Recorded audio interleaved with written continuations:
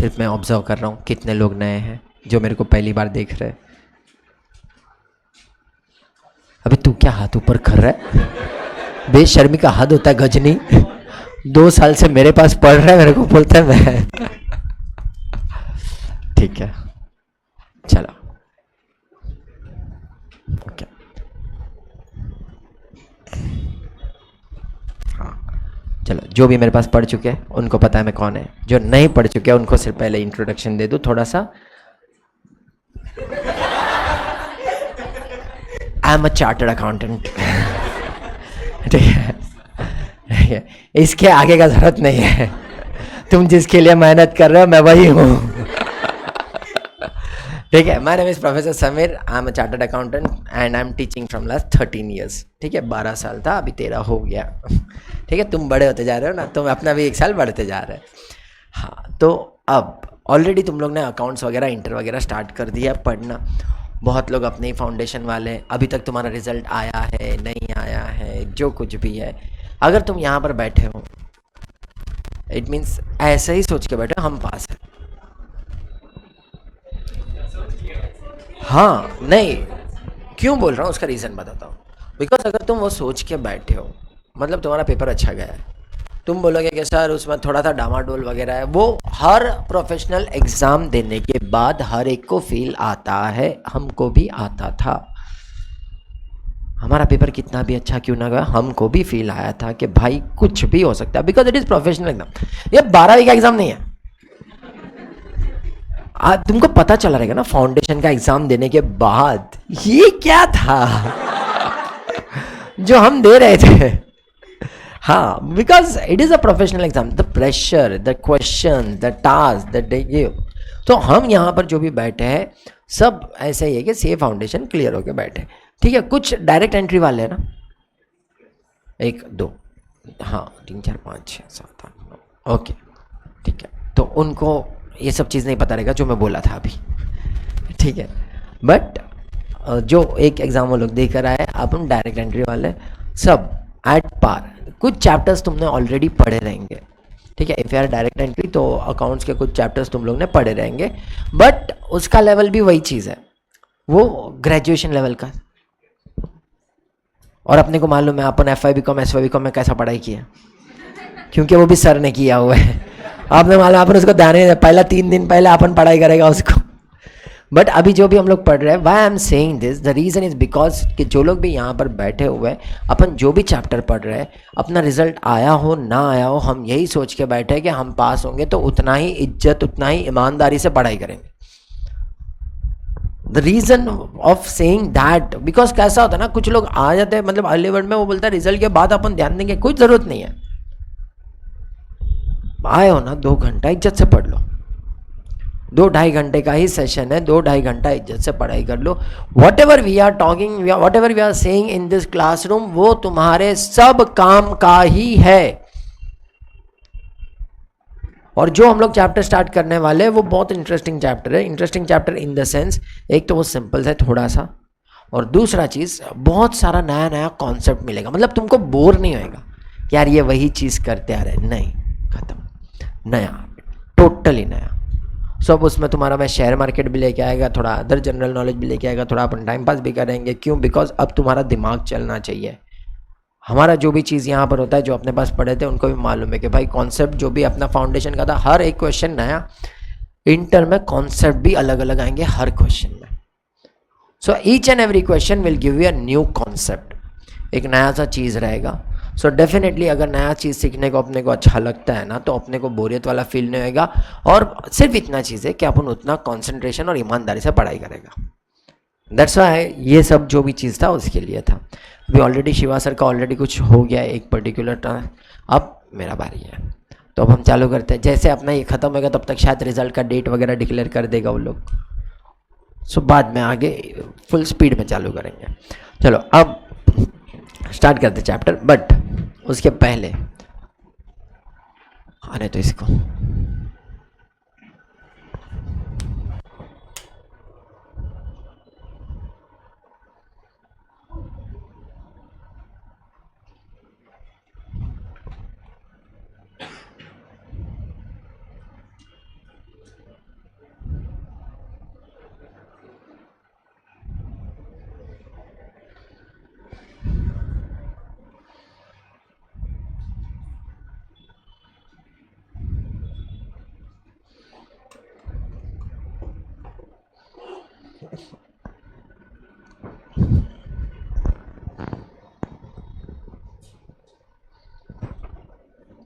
पीछे वालों क्लैरिटी है, दिख रहा है ना? हाँ चलो, अब एक अपने पास ये बैलेंस शीट है एक कंपनी का, नाम ही देखो बहुत मस्त है, ठीक है। अब ये बैलेंस शीट है, मैं तुमको बोलता हूँ if you have certain amount of fund with you, suppose 1 lakh है या 1.5 लाख है या फिर 50,000 है, जितना भी तुम्हारे पास है, जितना तुम सोच सकते हो। मेरा क्वेश्चन ये है whether you are going to invest in this company और नॉट। मैं बोला था स्टार्टिंग से अपन ऐसे ही खेलेंगे, मैं अकेला बोलेगा, तुम नहीं बोलोगे, मेरे को अच्छा नहीं लगेगा। बैलेंस शीट को ध्यान से देखो, 11th-12th फाउंडेशन और बाकी टीवा वालों, बैलेंस शीट यही बनाते आ रहे हो, तुम्हारे ज़िंदगी में यही चीज़ था। अब इसको ऑब्जर्व करने का टाइम आया है, अभी तक सिर्फ टैली कर रहे थे।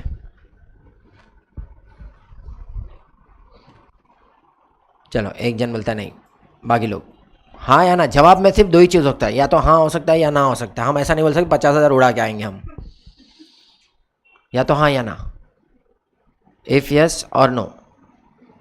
नो क्यों? लॉस मेकिंग कंपनी है, ठीक है। क्या ज़्यादा है? ठीक है, डेट ज़्यादा है, लॉस मेकिंग कंपनी है, ठीक है।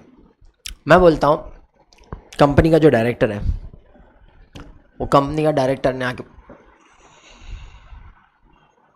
फिर मेरे को भी नींद आएगा तेरे को देख के ऐसा, फिर मेरे को जब यौन आया तो सबको यौन आएगा, फिर सब सोएंगे साथ में, फिर ये कंपनी डूबने वाली है। ऐसा तो कुछ बोला भी नहीं तेरे को नींद आ जाए, और मेरा आवाज़ भी ऐसा नहीं है ना। सो लॉस है, इसलिए हम लोग नहीं करेंगे इन्वेस्ट। ये तुम्हारा तकलीफ है ना। कंपनी का डायरेक्टर आके खोला पैर पे ऐसा बोल के गया कि अगले साल कंपनी प्रॉफिट करेगा 5 लाख का, डेफिनेटली करेगा 5 लाख का प्रॉफिट अगले साल। तो करोगे कि नहीं करोगे? क्यों? गारंटी क्या है? मुकेश भाई ने बोला जाओ। नहीं देखो, कोई भी बंदा लोन लेता है तो वो भरने के लिए नहीं लेता है, वो तो इंस्टॉलमेंट चलते रहता है।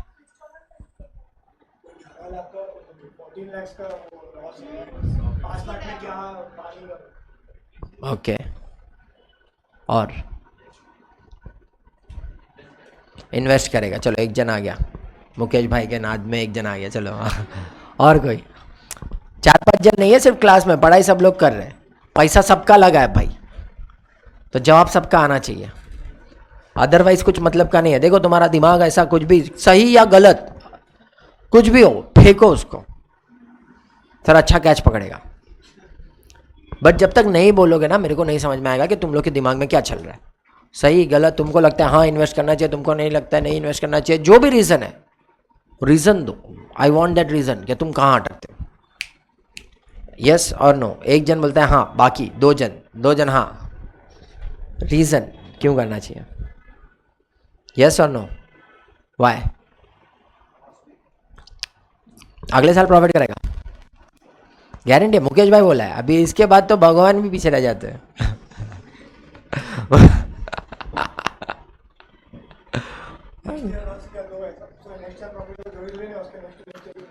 नहीं, अभी से प्रॉफिट, दुख भरे दिन बीते रहे भैया, आप सुख आयो रे। हाँ चलो, मैं बोलता हूँ यहाँ पर कि उसने बोला कि पहले साल में 5 लाख का प्रॉफिट, दूसरे साल में 5 लाख का प्रॉफिट, तीसरे साल में भी 5 लाख का प्रॉफिट, और उसके बाद हर साल 10-10 लाख का प्रॉफिट है, ऐसा आके बोल के गए। यस और नो? कोई ना वाला, कोई एक जन, मैं नहीं करेगा, मेरे को मालूम था तो मेरे बात बोलेगी नहीं करेगी। अभी बता रीजन क्यों नहीं करेगी। सी कैसा होता है ना, एक चीज़ मैं बता देता हूँ, आई एम क्लैरिफाइंग दैट थिंग, कि मुकेश भाई आके बोला तो ऐसे ही डायरेक्टली कैसे बोल के गया। देखो ऐसा नहीं है, वो भगवान है। और थोड़ा सा और क्लैरिटी देता हूँ तुमको कि 1 मिनट, ये पंखा बंद करता हूँ, हेलीकॉप्टर जैसा फीलिंग आ रहा है। मैं तुमको क्लैरिफाई करता हूँ कि जब वो मुकेश भाई आके या कोई भी कंपनी का डायरेक्टर आके, मैडम ये फैन बंद करो ना, अगर कोई बंदा आके अगर वो क्लैरिफिकेशन दे रहा है या ऐसा बोल रहा है कि भाई देखो जो भी कंपनी का लॉस था वो ठीक है, अगले साल से प्रॉफिट करेगा, तो वो ऐसे ही रैंडमली फेंकोबाजी नहीं करके जाएगा, क्योंकि उसको कोई नहीं मानेगा और पब्लिक को भी वहाँ पर ट्रेंड दिखाई देता रहेगा कि इनका जो प्रोडक्ट है या जो इनका चीज़ है वो डेफिनेटली धीरे धीरे आगे बढ़ेगा। उसका मैं एक एग्जाम्पल देता हूँ, you have observe that example और you have seen that example, बहुत टाइम पे मैंने दिया हुआ है। तुम लोगों ने जब देखा रहेगा कि एक टाइम ऐसा था, आज से 4 या 5 साल पहले, टाटा का कार मार्केट में नहीं था। टाटा नैनो था, उसके अलावा उसका पहले पता नहीं कोई तो गाड़ी था, इंडिगो था, बट उसके अलावा कुछ भी नहीं था।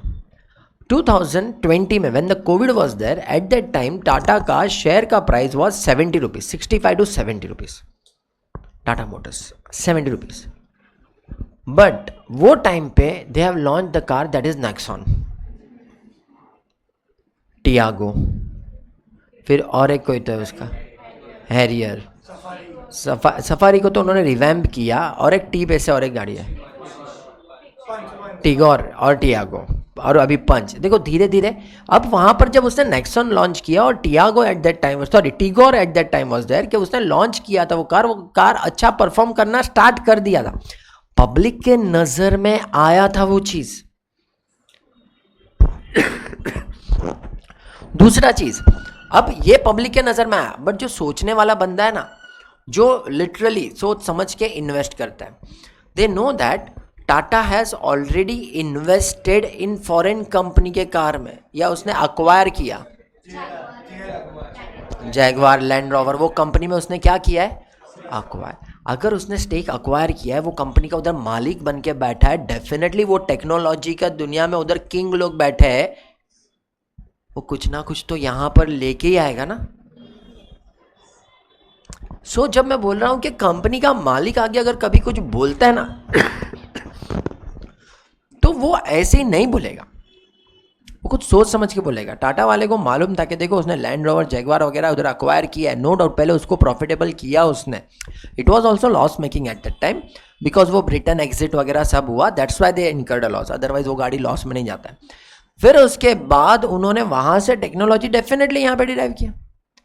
फिर तुम देखो उसका कार अभी कितना जोरों शोरों में चल रहा है, and market price of that share was 1000 rupees in 4 years, from 75 to 1000। तो ये प्रॉफिट रहेगा तो ही हुआ रहेगा ना।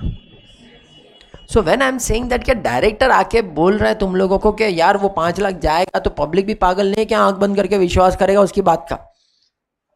उसको दिख रहा है ये ट्रेंड कि हाँ चलो ये प्रॉफिट होने वाला है, या ऐसा दिख रहा है मार्केट में चेंजेस आ रहा है। और नेक्सन वगैरह जो भी कार चला, मेनली क्यों चला, बिकॉज वो टाइम पे तुमने देखा रहेगा तो एक प्रेशर था, एक फोर्स था सीएनजी, सॉरी ईवी कार्स का, और ईवी कार सस्ता नहीं था, इसने निकाला सस्ता ईवी कार। अब टाटा पंच अभी जो चल रहा है, वो टाटा पंच भी डायरेक्ट क्यों ज्यादा चलने का पीछे का रीजन, उसमें डबल सीएनजी का टैंक है। तो जो इन्वेस्टर है उसको दिख रहा है कि यार 2 सीएनजी का टैंक, मतलब तुम सोचो 2 सीएनजी का टैंक देना, मतलब जो तुम्हारा 9 किलो आ जाता है वो 18 किलो जा रहा है। सो पब्लिक कितना खरीदेगा उसको, ऊपर वापस बूट स्पेस भी दिया हुआ है। तो ये सब ऑब्जर्वेशन के बाद मार्केट का प्राइस वो बढ़ता है, और वो आके बोल रहा है ना प्रॉफिट, तो वो हिसाब से प्रॉफिट कर रहा है। So I am clarifying that thing कि अगर वो 5 लाख बोल रहा है तो वो सोच समझ के बोल रहा है कि इतना होगा ही होगा। Then also I am saying that I am not going to invest in that company. उसके पीछे का रीजन क्या है, जैसा इसने बोला था, फिर ये फिर गया, मालूम नहीं क्यों। पहला 5 लाख का जब प्रॉफिट होएगा ना, तो वो ये लॉस को राइट ऑफ करने को जाएगा। पीएनएल अकाउंट दिख रहा है ना, तो मैं 5 लाख का प्रॉफिट भी कमाया, तो मेरा लॉस पहले 14 लाख था, अभी वो कितना हो जाएगा 5 लाख, तो 9 लाख ना, वही तो 14 से 11 कैसे होएगा, 9 लाख। फिर उसके बाद दूसरा भी करेगा तो कितना आएगा, 4 लाख के आसपास जाएगा। फिर तीसरे साल का प्रॉफिट में वो प्रॉफिट जाएगा, और फिर शेयर होल्डर को डिविडेंड मिलेगा, कैपिटल रेज होएगा। बट मेरे को पैसा कहां पर मिलेगा, कंपनी का प्रॉफिट जो भी हो रहा है, अगर कंपनी दूसरे साल भी लॉस मेकिंग ही दिख रहा है ना कंपनी का, क्योंकि जो भी इन्वेस्टर है वो थोड़ी ना पूरा हिस्ट्री देखने वाला है, वो देखिए 14 का 9 हुआ, 9 का 4 हुआ, अभी जब 4 होएगा उसके बाद दिखेगा कि अभी प्रॉफिटेबल है। तुम शेयर मार्केट का भी प्राइस देखो, वो 60 से डायरेक्ट 1000 नहीं गया, उसको 4 साल लग गया। तो पहला 2 साल में तो वो भी डांडिया खेला ना नीचे 60 से करके 200 तक, फिर जब दिखा कि हाँ अब खत्म, तो वो 200 से करके 1000 तक गया। That is what market. तो मैं भी इन्वेस्टर हूं, मैंने इसलिए बोला था इन्वेस्ट करना तुम करोगे नहीं, क्योंकि बिकॉज पहले क्या लॉस में खत्म होएगा।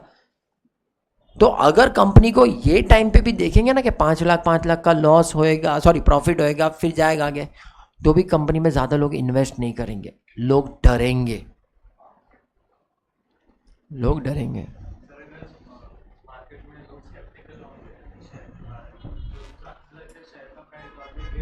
गिर सकता है, गिरा हुआ ही रहेगा ना। ऑलरेडी 14 लाख का अगर तुम्हारा लॉस दिख रहा है, और इवन मैं तुमको क्लियर कर लूं यहां पर, it is not only a 14 lakh rupees का loss, it is more than that. Why it is more than that? Because ये भी बैठा हुआ है। Why it is there? The reason is because goodwill is to be written off, goodwill is to be write off over the period of year. अब तुम्हारा company already loss में है तो उन्होंने राइट ऑफ भी नहीं किया रहेगा। अब जब उन्होंने राइट ऑफ भी नहीं किया रहेगा तो कैसे होगा? एंड दैट्स व्हाई वो तुम्हारा 14 लाख से तुम्हारा कितना हो जाएगा 19 लाख।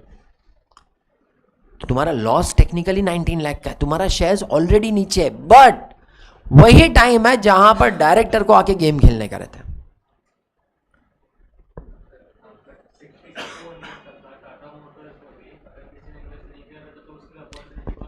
नहीं, उसमें इन्वेस्ट का गेम ही नहीं आता है, उसमें ये चीज है जो होल्ड करके बैठा है बेचारा बेच भी नहीं सकता है।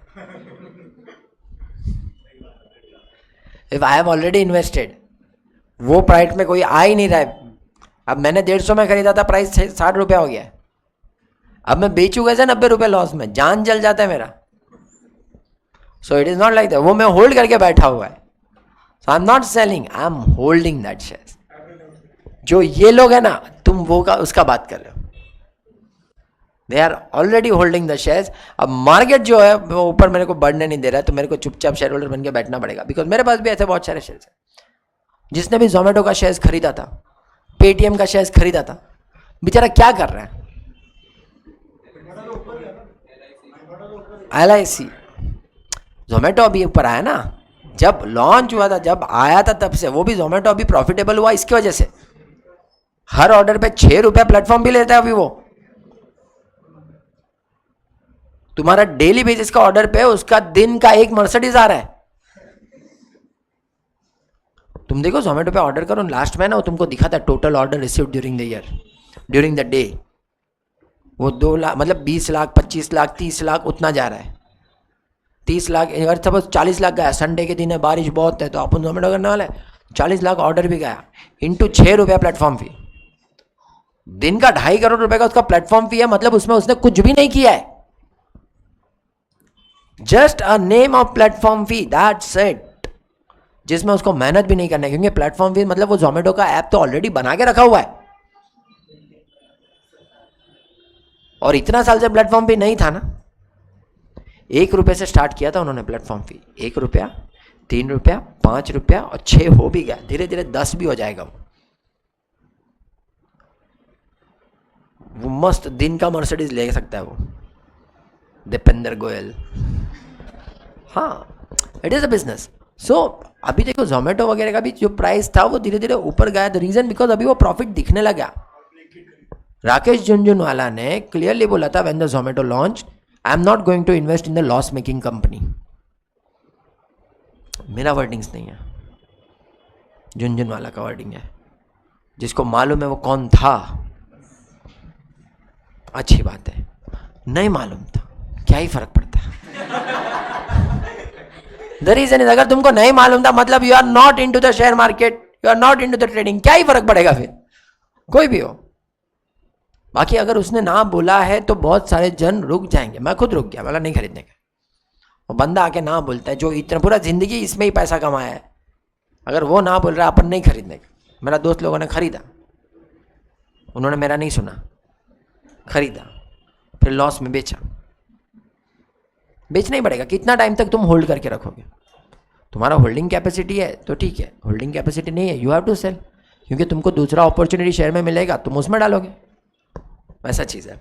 अब ये कंपनी का अगर हम बात करते हैं तो जो तू बात कर रहा था वो सब ऑलरेडी इक्विटी शेयर होल्डर जो है, जो पकड़ के बैठे, जिनके पास अभी ऑप्शन नहीं है बेचने का, या जिसको पड़ा नहीं है, या जो प्रमोटर्स है, वो सब वैसे।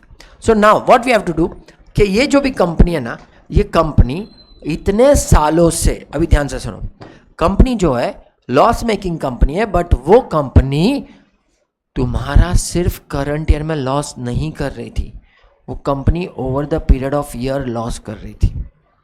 हो सकता है कंपनी में ऑलरेडी कुछ जनरल रिजर्व या प्रॉफिट वगैरह हो, जो राइट ऑफ होने के बाद तुम्हारा लॉस दिख रहा है। So it means company is incurring a losses over a period of time. वो बहुत सालों से क्या कर रहा है, लॉस कर रहा है। और ऐसा कंपनी जो बहुत सालों से लॉस कर रहा है ना, वो कंपनी को बोला जाता है सिक कंपनी। क्या बोला जाता है उसको? अब ये सिक कंपनी का ऑप्शन 2 ही है कि अगर तुमको लगता है कि कंपनी फ्यूचर में और लॉस करेगा तो इमीडिएटली बंद करो, वाइंड अप करो। इमीडिएटली क्या करो? Wind up. When you immediately wind up that particular company, तो जिसको भी, जैसे हम डिसोल्यूशन ऑफ करते थे ना, एसेट्स को बेचो, लायबिलिटी को पे करो, जितना बचा उतना इक्विटी शेयर होल्डर को दो और उसको घर पे बेच दो। बट ये कब? अगर कंपनी को लगता है कि कंपनी आगे भी क्या करेगी, लॉस करेगी, मतलब हमारा कंपनी का अभी यहाँ पर जगह नहीं है, हमारा प्रोडक्ट का अभी कोई वैल्यू नहीं है, तो कंपनी को बेचो और निकल जाओ। बट कंपनी को लगता है कि जितना भी खराब टाइम था वो गया, अब अच्छे दिन आने वाले हैं, उनको अगर लगता है तो वो करेंगे इसको रिकंस्ट्रक्ट। रिकंस्ट्रक्ट कर रहे हैं मतलब वो लोग क्या कर रहे हैं, कंपनी को रिवैम्प कर रहे हैं। कंपनी में रिवैम्प करने के टाइम पे वो लोग, हो सकता है कि शेयर होल्डर्स या जो डायरेक्टर्स है या सीईओ है, उसको चेंज करके लेके आए, कुछ नया चेहरा लेके आए जिसको लगता है कि हाँ ये प्रॉफिटेबल कर सकते हैं। दूसरा चीज, ये बैलेंस शीट भी देख के कोई इन्वेस्ट नहीं करेगा, या सबको लगेगा यार ये कंपनी में अभी भी दम नहीं है, तो वो बैलेंस शीट में वो लोग सबको बोलेंगे कि देखो ये सब चीज है, उसमें से हमको सबसे ज्यादा तकलीफ या दर्द कहां पर है। अगर ये 2 चीज यहां पर नहीं रहेगा तो भी एक टाइम के लिए चलेगा, क्योंकि फिर जो भी प्रॉफिट होगा ना, वो सिर्फ डायरेक्ट पीएनएल या डायरेक्ट रिजर्व्स में दिखेगा। और इसके लिए वो लोग क्या कर रहे हैं कि हम लोगों को ये दोनों जो बीमारी है ना कंपनी में, ये दोनों बीमारी को निकालने का। जब ये दोनों बीमारी को निकालने का मतलब 19 लाख, 14 लाख प्लस 5 लाख, कितना? 19 लाख। 19 लाख का क्या है? लॉस। 19 लाख का क्या है? अब ये जो लॉस है, हम लोग क्या बोलते हैं टेक्निकली, लॉस शेयर होल्डर करेगा। प्रॉफिट पे अगर शेयर होल्डर का हक है तो लॉस पे किसका हक रहेगा? मुझे बताओ कौन से शेयर होल्डर का? प्रेफरेंस, इक्विटी या बोथ? Equity definitely. उसका शेयर होल्डर मालिक कौन है? इक्विटी। तो सिर्फ और सिर्फ किसका? इक्विटी का। सपनों में नहीं जाने का, खोने का नहीं, इधर ही ध्यान देने का। मेरे को मालूम है तू घूम के आई कहीं पर, तो हाँ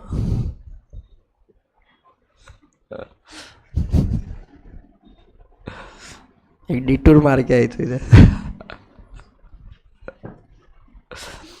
तो ये तुम्हारा क्या है? 5 लाख, 14 लाख, 19 लाख। 19 लाख का लॉस टेक्निकली किसका है? कंपनी के शेयर होल्डर का। शेयर होल्डर्स को उठाना चाहिए। अगर ये शेयर होल्डर्स को हम लोग डिस्ट्रीब्यूट कर देगा तो काम खत्म हो जाएगा। बट जैसे ये देखोगे 14 लाख प्लस 5 लाख कितना हो गया? 19 लाख का लॉस किसको देने का? हमको, इक्विटी शेयर होल्डर को। इक्विटी शेयर होल्डर है कितने का? मर जाएगा वो लोग। तुम बोलोगे दे दो सर, सबसे पहला तो शेयर होल्डर बोलेगा बाढ़ में गया, बंद करो कंपनी। ऐसा कौन सा कंपनी तुम चलाने वाले हो जिसमें शेयर होल्डर नेगेटिव में हो गया, लगेगा बंद कर दो। क्यों? बिकॉज पूरा लॉस अगर हम लोग उठाने के लिए यहां पे तुम बोलते सर तुम्हारा कंपनी है, लॉस उठा लो इस बार, बाद में आगे देखते, कुछ बचेगा ही नहीं हमारे हाथ में। उससे अच्छा भी बंद कर दो, उम्मीद में क्यों जिए हम लोग। तो वो टाइम पे जो डायरेक्टर्स लोग रहते हैं ना, वो लोग यहां पर शेयर होल्डर्स को बोलते हैं you have to bear certain loss, but at the same time वो लोग जितने भी इंटरनल मेंबर्स है ना, see wording I am using, internal members, ठीक है, ये लोग शेयर होल्डर है बट दे आर कॉल्ड वे इंटरनल मेंबर. हम लोग पढ़ते हैं ना internal environment of the company वगैरह सब, तो it is what internal members. Internal members मतलब डिबेंचर, क्रेडिटर्स, बैंक ओवरड्राफ्ट, ये सब को बोलते हैं कि देखो कंपनी को थोड़ा सपोर्ट का जरूरत है. अगर तुम थोड़ा सपोर्ट करोगे तो कंपनी ठीक से निकल जाएगा. So now we want your support. तुम थोड़ा सा सपोर्ट करो कि कंपनी का ग्रोथ हो जाएगा. अब सपोर्ट में क्या मांगा है, तो उन्होंने क्या बोला कि तुम तुम्हारा लायबिलिटी को थोड़ा थोड़ा कम कर दो, क्योंकि जैसे ही तुम लायबिलिटी को कम करोगे अपने लिए क्या हो गया, प्रॉफिट. लायबिलिटी कम हो, देखो डिसोल्यूशन याद करो, लायबिलिटी को कम किया मतलब अपने लिए क्या हो गया, जैसे ही अपने लिए प्रॉफिट हो गया वो प्रॉफिट को इसके अगेंस्ट राइट ऑफ कर सकते हैं. टास्क ही वही करने का है. लायबिलिटीज, ये जो इंटरनल मेंबर है ना, उनको बोलेंगे कि थोड़ा थोड़ा सा सपोर्ट करो, थोड़ा थोड़ा तुम सेक्रीफाइस करो, अपना कंपनी आगे चला जाएगा. अब क्वेश्चन ये आएगा, सर ये क्यों माने अपनी बात. नहीं मिलेगा उनको, मिलेगा उनको. तुम गलत फहमी में हो कि उनको कुछ भी नहीं मिलेगा. They will get, because assets are there, you are going to sell that assets. और वो सबसे पहले तो ये लोग ही लेंगे ना. सबसे पहले किसको मिलता है, आउटसाइडर्स को. फिर ये आएगा, फिर ये आएगा. इसको तो मिलने से रहा, ये भी बेचारा कांपता होगा हमारे तक पहुंचेगा कि नहीं पहुंचेगा, बट इनको तो मिलेगा. और जिसके पास भी देखो बैलेंस शीट तो मार्केट में अवेलेबल रहता है, जिसको चाहिए वो देख सकता है. इन्होंने देख लिया 5 8 कितना हो गया, 13 और 4 17, 17 का एसेट्स है कि नहीं वो चेक कर लेगा. और नहीं भी है तो थोड़ा बहुत लॉस में चल बंद करो, निकल जा. बाकी पिसमेल डिस्ट्रीब्यूशन तुमने किया हुआ है, तुमको मालूम है वो सेम लायबिलिटी तो कैसा इक्वली तुम बांटते हो या रेशियो में बांटते हो. तो वो चीज होता है, बराबर है. बट क्यों ये लोग मानेंगे ना, बात ये समझने वाला चीज है. कैसा होता है, डायरेक्ट अपन एंट्री सीख लेंगे, अपन एंट्री भी कर लेंगे, हमने को आएगा, बट कॉन्सेप्ट समझो कि क्यों वो लोग मानेंगे. Because it is not only about that you are learning accounting, you are technically learning a business. आसपास में क्या होगा, as a share holders point of view, as a creditors point of view, as a chartered accountant point of view, as a investor point of view. Because तुम कोई भी company में इसमें से कुछ भी बन सकते हो. तुम इधर भी आ सकते हो, तुम डेटर्स में भी आ सकते हो. कोई भी कंपनी के साथ तुम्हारा रिश्ता हुआ तो कोई भी रिश्ता बन सकता है. तो तुम लोगों को हर एक टाइम पे सोचने को आना चाहिए. And that's why I am explaining this. बाकी ये चैप्टर अभी जो मैं एक्सप्लेन करने वाला उसका चैप्टर से कोई लेना देना नहीं. मैं डायरेक्ट एंट्री सिखा सकता है तुमको, बट तुम आगे जाके इन्वेस्टर बन सकते हो, तुम बिजनेसमैन बनोगे तो किसी का क्रेडिटर बन सकते हो, इक्विटी शेयर होल्डर तो तुमको बनना ही बनना है. सीए बनने के बाद, पैसा कमाने के बाद इन्वेस्ट नहीं करोगे कैसे चलेगा, अपना शेयर मार्केट ऊपर कैसे जाएगा वरना. तो ये तो तुमको बनना ही है, और ये भी बन सकते हो. हाँ बाकी सब में अपने डिपेंड करता है कि भाई अपना चॉइस. नहीं अपन रिस्की वाले हैं, अपन इक्विटी शेयर खरीदेगा, डिबेंचर नहीं खरीदेगा. अपन अपने को ज़्यादा पैसा कमाना है, 25 दिन में पैसा डबल करना है अपने को, हमने वही करना है. चलो लिसन, क्यों क्रेडिटर्स ये लोग मानेंगे. सबसे पहला है ना, क्रेडिटर्स का बात करता हूँ, बाकी सब तो बहुत ईजी है. Why creditor will say yes we are going to reduce certain amount of money. Creditors इसके लिए बोलेगा क्योंकि बरसों से वो इसके साथ बिजनेस करते आ रहे हैं. तो तुम बोलेगा सर रिलेशन संभालने वाला, रिलेशन गया साइड पे. They are pure businessman. भावनाएं साइड में होती है, फीलिंग साइड में होता है, पैसा बीच में होता है. And they do business like that. हाँ उनके लिए पैसा जोरदार है. ऐसे ही रणवीर सिंह शादी में नहीं नाचता है. कोई रिलेशन नहीं है अनंत अंबानी के साथ उसका. 5 करोड़ दे, 7 करोड़ दे, अपन भी नाचेगा. मैं 2 करोड़ में डील तैयार करने को रेडी है. आनंद ब्रिगेड करके पीछे लिखेगा, मैं टैटू भी बनवाएगा.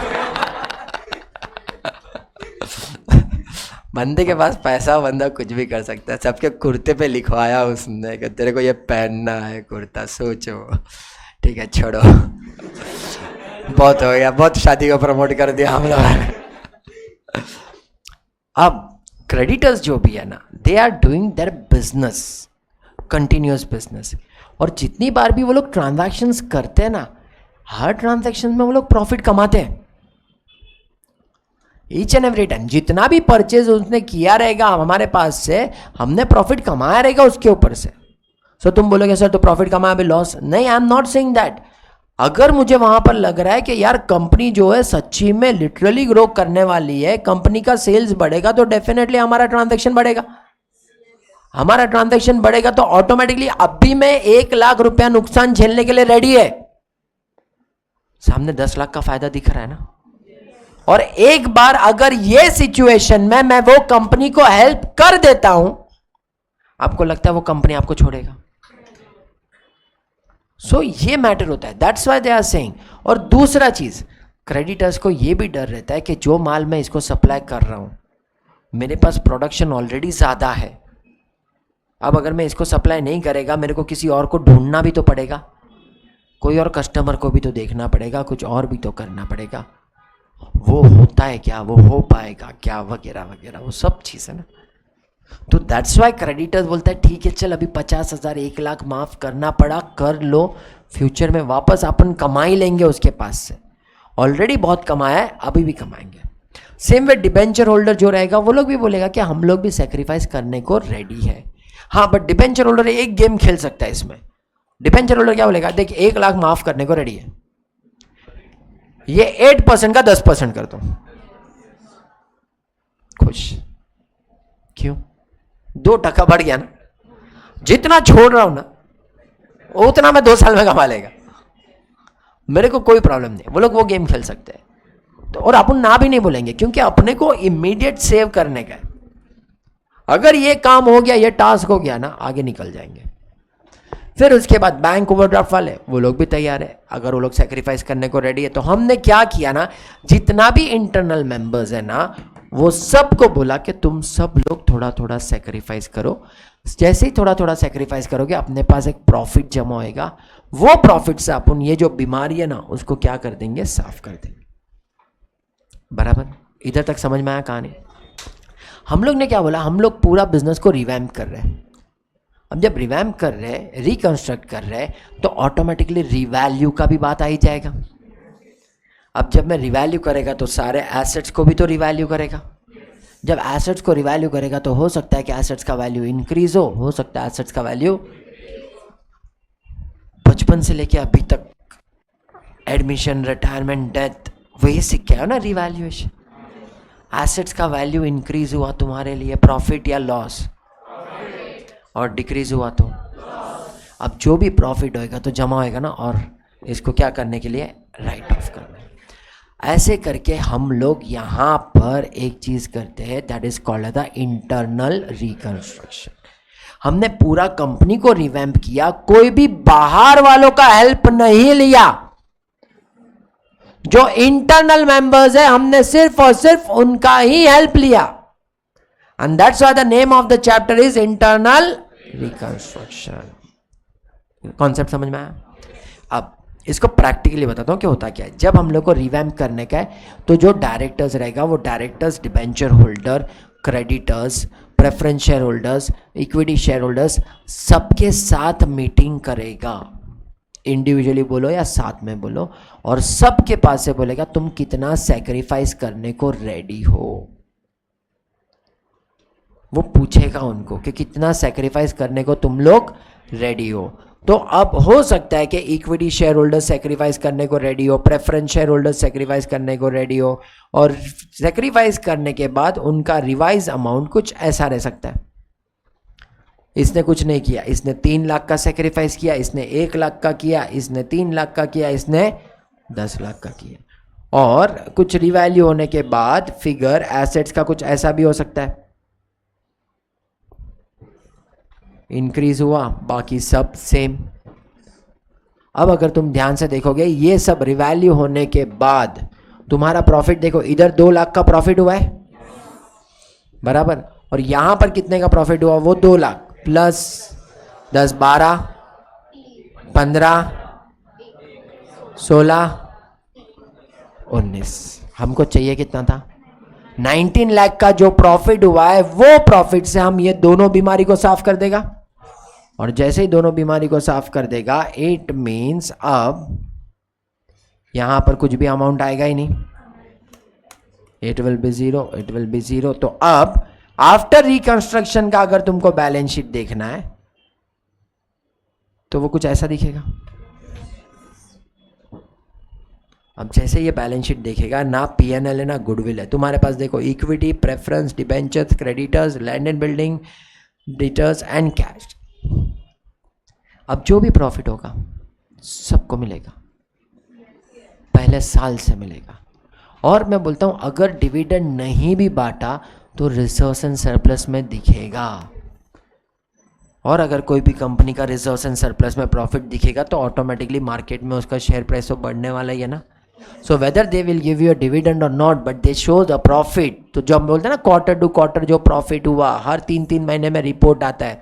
अभी जून खत्म हुआ, न्यूज़पेपर तुम देखोगे बॉम्बे टाइम्स के अलावा कोई इकोनॉमिक टाइम्स या फिर टाइम्स ऑफ इंडिया, तो कोई ना कोई दिन पे साइड पे ऐसा वो पेज पे एक तुम लोगों को पब्लिक लिमिटेड कंपनी का रिपोर्ट भेजते ही है वो लोग। क्वार्टरली रिपोर्ट आता है, तुम ध्यान से देखो उसमें क्वार्टर 1 क्वार्टर 2 ऐसा दिखाते हैं वो लोग। सो अभी फर्स्ट क्वार्टर एंड हुआ ना, तो फर्स्ट क्वार्टर रिपोर्ट दिखाएगा करंट ईयर का और उसमें लिखा रहेगा अनऑडिटेड, और फिर लास्ट ईयर का दिखाएगा ऑडिटेड। तो दोनों में डिफरेंस पता चलेगा फर्स्ट क्वार्टर और सेकंड क्वार्टर में कितना फर्क आया। और जो भी रिपोर्ट आएगा ना, अगर तुमने कभी रिपोर्ट देखा, तुम वो रिपोर्ट देखोगे ना, उसके बाद शेयर मार्केट में उसका प्राइस का हालत देखना क्या होता है। अगर क्वार्टर 1 से मतलब लास्ट क्वार्टर से करंट क्वार्टर में प्रॉफिट अगर ज़्यादा हुआ है तो डेफिनेटली मार्केट का प्राइस बूस्ट होगा, depending upon other circumstances and other condition. अगर मार्केट फ्लैट है, कोई और न्यूज़ नहीं है, गवर्नमेंट का न्यूज़ या आरबीआई का कोई न्यूज़ नहीं है, तो डेफिनेटली प्रॉफिट होगा, तो वो पर्टिकुलर शेयर का प्राइस ऊपर जाएगा। क्यों? बिकॉज लास्ट ईयर से करंट ईयर में प्रॉफिट, वरना नीचे जाएगा। तो वो लोग रिपोर्ट बनाते हैं। अब ये बैलेंस शीट बराबर है। अब इसके बाद तो सब इन्वेस्ट करेंगे। क्यों? बिकॉज अब वो बोल रहा है प्रॉफिट है, हम बोलता है ठीक है ज्यादा अमाउंट नहीं, बट इन्वेस्ट करने से अभी डर नहीं लगेगा ना, बिकॉज जो भी होएगा हमारे सीधा जेब में जाएगा पैसा। ये चीज समझ में आया?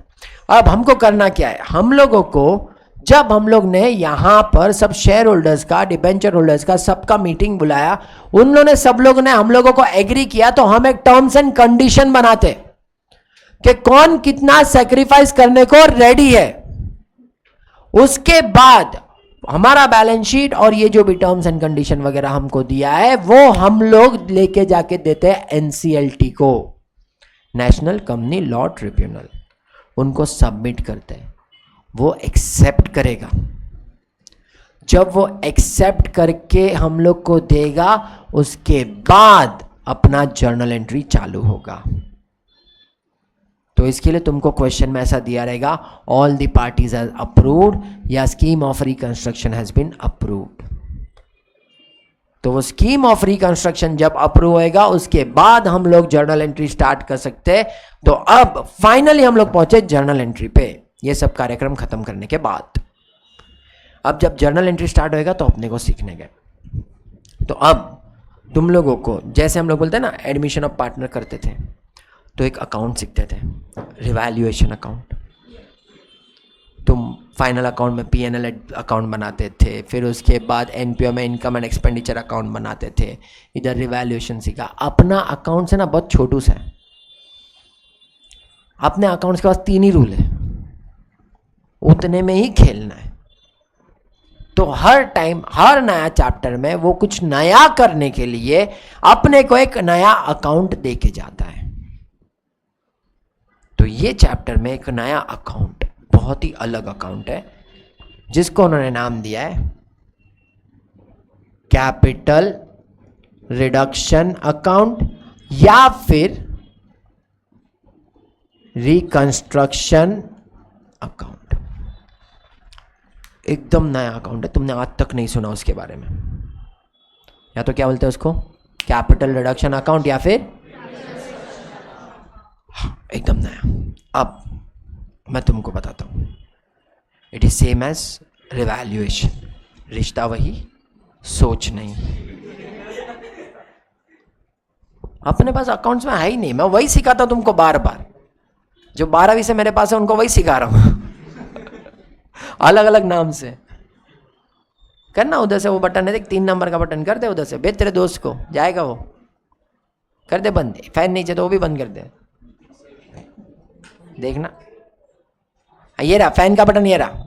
हाँ बस बराबर। तो तुमको पहले 12वीं में रिवैल्यूएशन सिखाया, फाउंडेशन में पूरा तुमको वही सिखाया। अब रिकंस्ट्रक्शन अकाउंट उन्होंने क्या बोल के रखा हुआ है, that we have to prepare one account, that is capital reduction account या रिकंस्ट्रक्शन अकाउंट। एग्जाम में दोनों में से जो नाम तुमको पूछेगा वो एंट्री में लिखने का। दोनों नाम में फर्क है, अगला लेक्चर में बताएगा।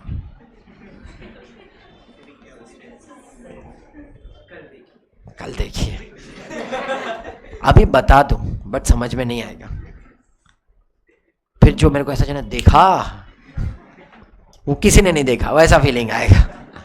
That's why. तो जब हम लोग एक आध क्वेश्चन कर लेंगे, after that I will tell you कि दोनों में फर्क क्या है। हम लोग जब तक पढ़ के निकले ना तब तक सिर्फ यही अकाउंट था। उसके बाद जब पढ़ाना चालू किया ना, उन्होंने कुछ नया पढ़ा, रिकंस्ट्रक्शन अकाउंट। मेरा टीचिंग करियर का इंटर का सबसे पहला चैप्टर ये है, इंटरनल रिकंस्ट्रक्शन। मेरे को पहला चैप्टर बोला इंटरनल, बोला ठीक है। पूरा स्टोरी बनाने को बहुत मजा आता है ना अपने को, देखा आप हम स्टोरी खेल रहे हैं अभी तक से। सो ये कैपिटल रिडक्शन या फिर रिकंस्ट्रक्शन अकाउंट। अब कैपिटल रिडक्शन या रिकंस्ट्रक्शन अकाउंट जो भी है ना, इट इज नॉमिनल अकाउंट। खत्म हो गया पूरा अभी चैप्टर, देखो अभी मजा आएगा। It is which account?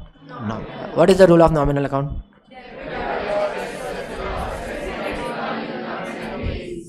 Debit all expenses and losses, credit all income।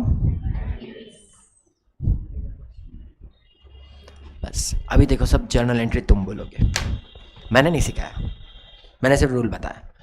हम लोग क्या बोलते हैं, debit all expenses and losses, credit all income and gains. मतलब जब भी तुम्हारा कंपनी को लॉस होगा तो वो टाइम पे कैपिटल रिडक्शन अकाउंट क्या आएगा, सामने वाला ऑटोमेटिकली क्या होता है। जब भी तुम्हारे कंपनी को प्रॉफिट होएगा, कैपिटल रिडक्शन अकाउंट क्या आएगा, तो सामने वाला ऑटोमेटिकली क्या आएगा। बस चलो अभी सीखते हैं। लैंड का वैल्यू 10 लाख से 12 लाख हो गया, journal entry. Land account debit to. फिर उसके बाद बैंक ओवरड्राफ्ट में कुछ भी चेंजेस है क्या? क्रेडिटर्स 8 लाख से 5 लाख हो गया, creditors account debit to.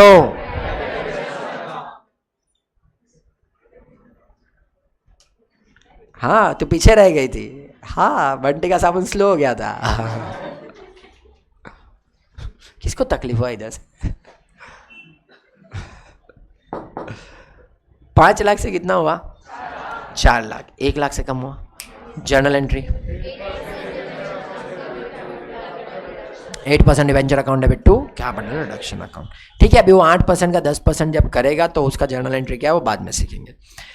Preference share 10 lakh का कितना हो गया? 7 लाख। अब जरा ध्यान से सुनो जो मैं तुमको बोल रहा हूँ। प्रेफरेंस शेयर्स है ना, पहले सपोज 100 रुपए का प्रेफरेंस शेयर्स था, मतलब 10,000 प्रेफरेंस शेयर्स ऑफ ₹100 ईच था। अभी मैंने उसको क्या बोला कि तुम्हारा जो प्रेफरेंस शेयर्स है ना, पहले 100 रुपए का था ना, उसको मैं अभी कर देता हूं 70 रुपीज का। 100 रुपए का प्रेफरेंस शेयर्स को कितना कर रहा हूं? 70 रुपीज का। तब जाके तुम्हारा वैल्यू कम हुआ ना, तब जाके कुछ सेक्रीफाइस हुआ, ऐसा हुआ ना। तो मैंने उनको क्या बोला, तुम्हारा जो 100 रुपए का जो प्रेफरेंस शेयर्स का वैल्यू है ना, उसको मैं कितने पे लेके आ रहा हूं? 70 रुपीज पे। तो 100 रुपए का प्रेफरेंस शेयर्स को 70 पे लेके आएगा तो मैं उनको ऐसा नहीं बोलेगा तुम्हारे हाथ में जो शेयर सर्टिफिकेट है ना जिसमें 100 रुपया लिखा है, लाल पेन निकालो 70 करो। नहीं, वो टाइम पे मैं उनके पास से 100 रुपए वाला प्रेफरेंस शेयर्स वापस लेगा और 70 का इश्यू करेगा। क्या किया मैंने? 100 रुपीज वाला शेयर वापस लिया और कितने का इश्यू किया? 7। अब ये 100 रुपए का लेके 70 रुपया देने में कितने रुपए का फायदा हुआ? इधर बिठाए तेरे को 3D में दिखेगा तेरे को। मैं 100 रुपए का शेयर्स वापस ले रहा है, मतलब मेरे पास वापस आ रहा है, तो मैं क्या लिखेगा? Equity sorry preference share capital account debit. तो उसमें मैं ब्रैकेट में लिखेगा of ₹100। So I will write like this, preference shares capital ₹100 account debit, क्योंकि वो लिया। सामने कितने का दिया मैंने? कितने का दिया मैंने? 70 का। तो मैं क्या लिखेगा? Preference share capital account debit to preference share capital of 70 to capital reduction account. To which account? Capital reduction. ये एंट्री समझ में आया सबको? क्या बोला मैंने? उनको घर पे बैठ के अपन 100 रुपए का प्रेफरेंस शेयर्स को 70 का नहीं करेंगे, हम लोग को वो वापस लेके नया इश्यू करना पड़ेगा। So I am taking back 100 rupees का shares and I am giving 70 rupees का शेयर्स। समझ में आया? सो वो लोग क्वेश्चन में स्पेसिफाई करते हैं कि same number of preference shares रहने वाला है जितना पहले था, same number of preference shares रहेगा जितना पहले था। तो इसके लिए क्या हो गया? पहले 100 रुपए का था, अभी कितने का हो गया? 70। ठीक है। सेम वे में इक्विटी शेयर्स को भी बाइफरकेट नहीं करते, कितने का कुछ रैंडम भी कराएगा, वो कुछ 4.5 पे जाके रुकेगा। हम क्या बोलते हैं? इक्विटी शेयर्स जो पुराना वाला था वो वापस लेंगे और क्या करेंगे? नया इश्यू करेंगे। बाकी का जो भी रहेगा वो किस में जाएगा? Capital reduction. जर्नल एंट्री क्या आएगा? Equity share capital account debit to equity share capital to capital reduction account, बराबर, टू कैपिटल रिडक्शन अकाउंट। इतना चीज समझ में आया? अब ये सब करने के बाद तुम्हारे पास कैपिटल रिडक्शन अकाउंट का क्रेडिट साइड में बैलेंस दिखेगा, और ये क्वेश्चन में कैपिटल रिडक्शन में क्रेडिट साइड पे कितना बैलेंस दिखेगा? 19 लाख। 19 लाख का प्रॉफिट हुआ ना तुमको, तो कितना बैलेंस दिखेगा? 19 lakhs. So you will see the profit of 19 lakh. Why we have done this transaction? The reason to write off all these losses. ये दोनों कौन सा बैलेंस दिखा रहा है? Debit balance. इसको क्लोज करना है तो क्या करना पड़ेगा? और किसके सामने इसको राइट ऑफ करेंगे? तो जर्नल एंट्री क्या आएगा? Debit to goodwill account to profit. बस यही करना है चैप्टर में, हो गया। बस कोई एंट्री रट्टा मारने का जरूरत, कॉन्सेप्ट क्लियर है। चलो क्वेश्चन नंबर 1 बोलना।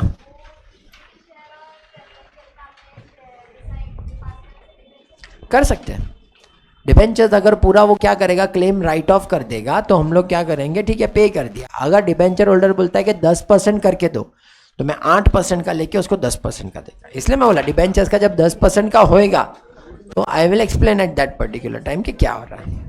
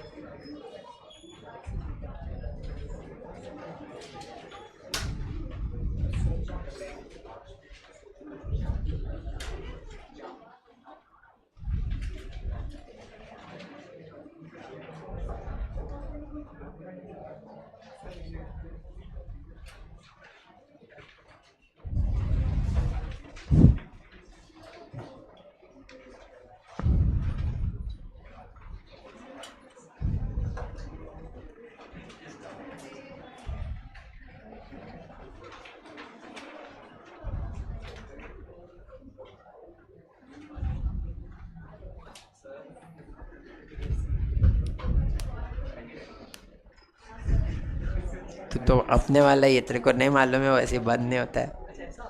हाँ नहीं होता है। फिर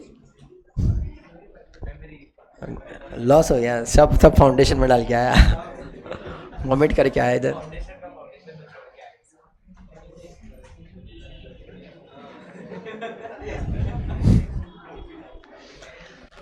चलो क्वेश्चन नंबर 1, पहले क्वेश्चन को देखते हैं, आप ध्यान से सुनो, लिसन केयरफुली। जो भी क्वेश्चन तुमको दिया हुआ है that is in the format because they will give you the balance sheet, और ये जो बैलेंस शीट उन्होंने बना के दिया है that is as per schedule 3 of the companies act 2013। ठीक है, तो ऑलरेडी कहीं पर थोड़ा बहुत तुम लोग ने शेड्यूल 3 कंपनीज एक्ट पढ़ा हुआ रहेगा, और अगर नहीं पढ़ा है तो अभी साथ में देखते हैं कि क्या है। देखो schedule 3 of the companies act जो भी है वो बहुत बड़ा है, उसके लिए डिटेल में जब सीखने का तो एक पूरा चैप्टर है फाइनल अकाउंट, उसमें हम सीखेंगे, बट वो उसमें सीखेंगे। यहाँ पर अभी जो अपने को ज़रूरत है, जो मेरे सारे चैप्टर्स के लिए काम आएगा, that is internal reconstruction, amalgamation, consolidation, cash flow वगैरह, तो वो स्टेटमेंट हम लोग को फाइनल अकाउंट कैसे बनाने का या फाइनेंशियल स्टेटमेंट कैसे करने का, उसका हम लोग ज़रा देखते हैं। हम लोगों को इक्विटीज़ एंड तुम्हारा जो भी ये फाइनल अकाउंट है ना, या जो हम लोग बोलते हैं बैलेंस शीट, बैलेंस शीट को पहले हम लोग बोलते हैं कि 2 पार्ट में डिवाइड किया, they have divided into 2 part, जिसको हम बोलते थे liabilities and assets. Schedule 3 of the companies act ने बोला कि नहीं यार, लायबिलिटीज एंड एसेट्स नहीं, उन्होंने क्लैरिफाई किया, क्लैरिटी दिया, और उन्होंने बोला equities and liabilities. The reason is because तुम लायबिलिटी लिखते हो तो उसमें शेयर होल्डर का फंड है, वो ओनर का फंड है, ओनर मालिक है कंपनी का, तुम लायबिलिटी नहीं बोलने का उसको। तो हम लोग मजबूरी के मारे में बोलते थे इंटरनल लायबिलिटी, हमने डिराइव किया नया word internal liability, outsiders liability. बोला इंटरनल लायबिलिटी क्यों, it is their fund, it is their part, तो इसके लिए नाम क्या दे दिया उन्होंने, equities, and that's why it comes with the equities and liabilities which is divided into 3 part, अपने लिए 3 पार्ट में, share holders fund, non current liability, any liability which is about 12th month, non current, जो भी तुम लोग को 12 महीने के अंदर पे करने का है, करंट लायबिलिटी। उन्होंने क्या बोला, जो बैलेंस शीट हम लोग बनाएंगे, we are going to prepare as per schedule 3। अब जब मैं बोलता हूं we are going to prepare as per schedule 3 को, शेड्यूल 3 के हिसाब से पूरा डिटेल में अगर बना के देंगे ना, तो लोग बीच में ही भटक जाएंगे, एंड तक पहुंचेंगे भी नहीं। तो उन्होंने क्या बोला, एक बैलेंस शीट बनाओ जिसमें तुम लोग को पता चले कि देखो ये एसेट्स है, ये लायबिलिटीज है। So that's why they have divided into main 3 part, that is shareholders fund, non current liability। अब शेयर होल्डर्स फंड में जिसको भी डिटेल में देखने का, हम क्या बोलेगा, 2 पार्ट में डिवाइड हुआ है, share capital and reserves. And if you want to go into the detail of share capital, तो पीछे नोट देखने का, that is notes to accounts, तो उन्होंने देख के रखा हुआ है, that is notes to accounts, तो वो नोट्स टू अकाउंट्स में देखने का। ठीक है, उसके बाद reserves and surplus, non current liability, current liability,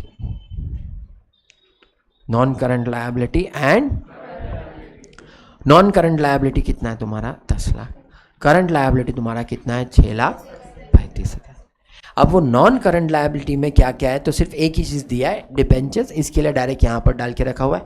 share capital में देखो नोट नंबर 1 दिया है, नीचे पढ़ो जरा, नोट नंबर 1 में क्या क्या दिया हुआ है इन्होंने,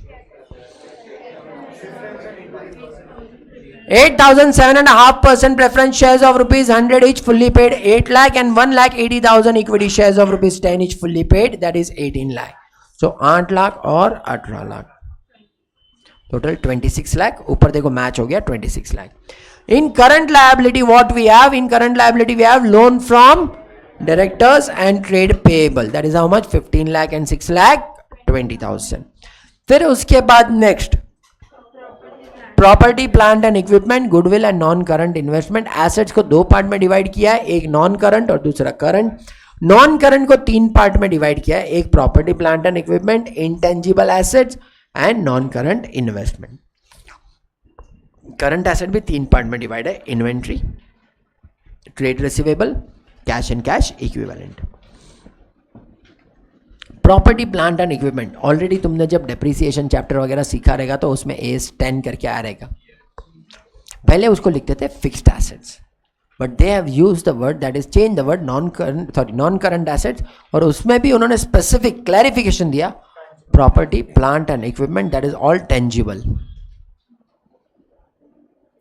प्रॉपर्टी प्लांट इक्विपमेंट, सब टेंजिबल एसेट्स है, क्योंकि इनटेंजिबल एसेट्स के लिए अलग से अकाउंटिंग स्टैंडर्ड है AS 26।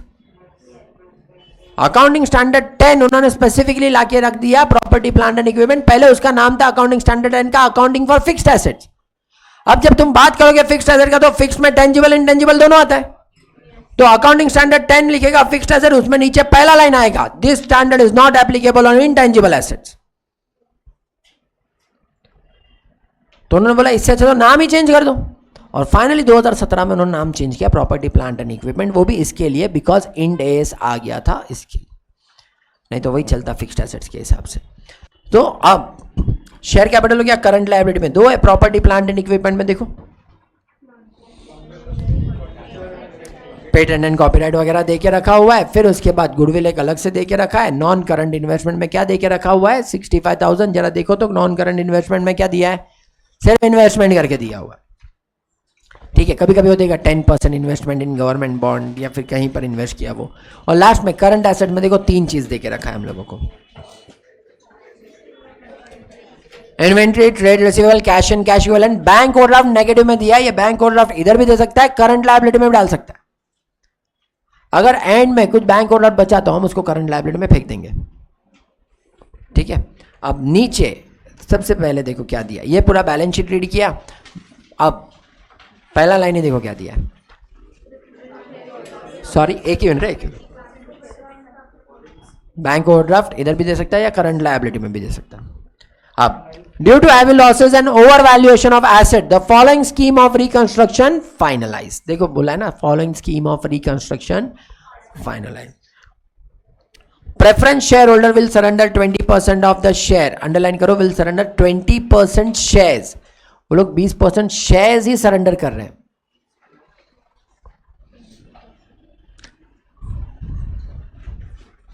फिर उसके बाद उन्होंने 1 2 3 4 5 6 7 8 सब एडजस्टमेंट दिया है, उसको अपन क्या करेंगे रीड करते जाएंगे, एंट्री पास करते जाएंगे। उसका नीचे देखो क्या बोला, पास necessary journal entry in the books of XYZ limited assuming that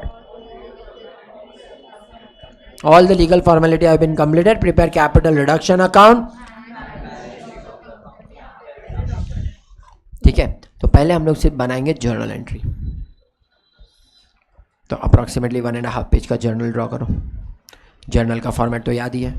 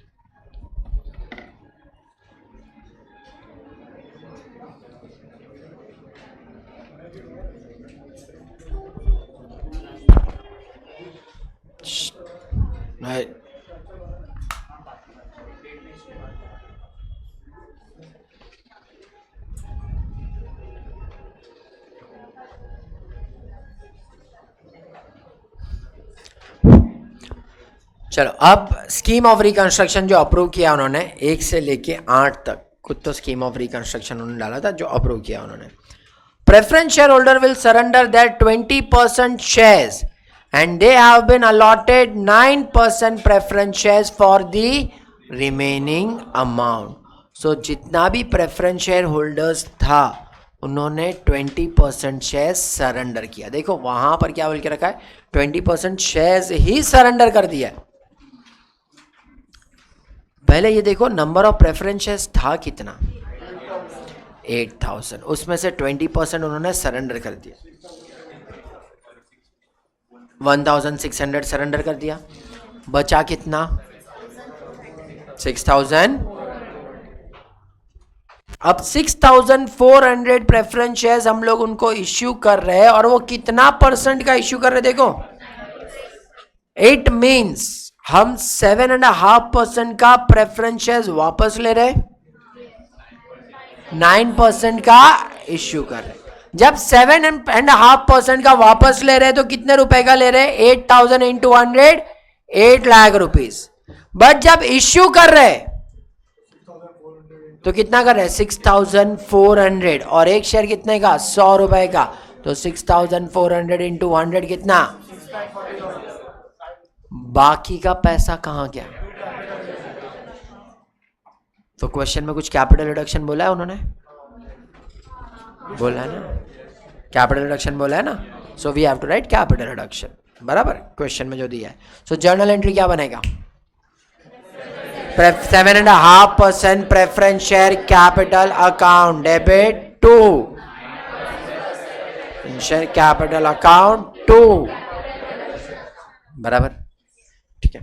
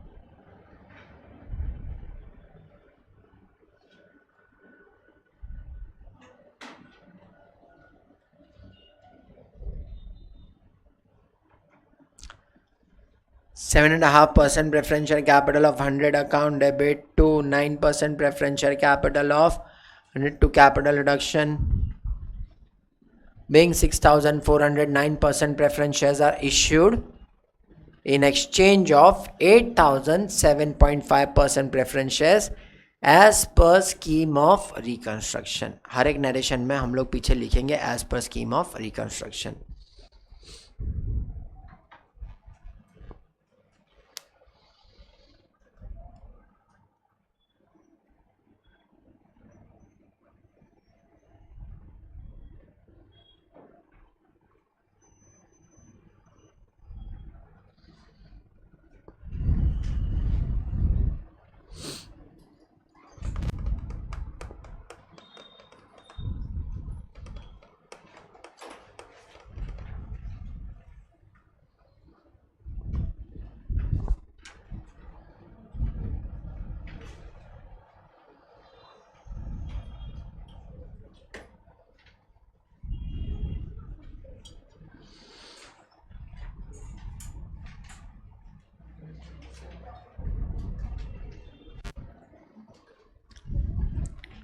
चलो नेक्स्ट, डिबेंचर होल्डर, ध्यान से देखो, debenture holder having a charge on plant and machinery, बोर्ड accept plant and machinery in, debenture holder जो भी है having a charge on plant and machinery, बराबर। तो जब मैं बोलता हूं debenture holder having a charge on plant and machinery accepted a plant and machinery in full settlement, जरा देखो डिबेंचर होल्डर कितने रुपए का था, प्लांट एंड मशीनरी कितने का था। तो अब मैं दो तरीके से बोल सकता हूं, एक डिबेंचर को कम पे किया, या दूसरा प्लांट एंड मशीनरी का रिवैल्यू हुआ, वॉट एवर केस में भी। जर्नल एंट्री बताओ क्या आएगा,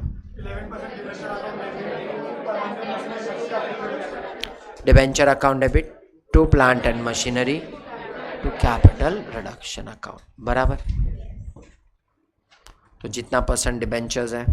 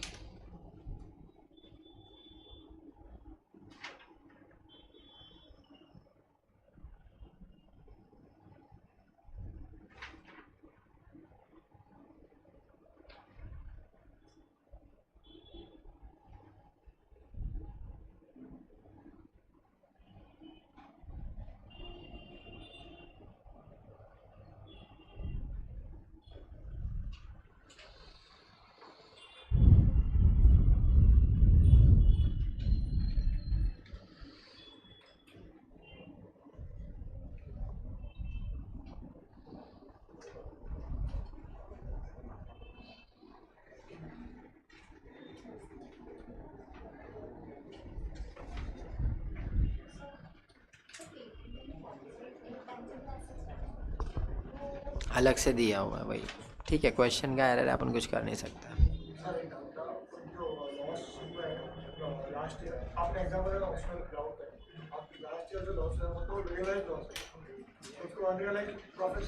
नहीं, ये सब भी तो रियलाइज ही हुआ ना, अभी प्रेफरेंस शेयर ने जो माफ कर दिया, अभी उसको देने का तो है ही नहीं।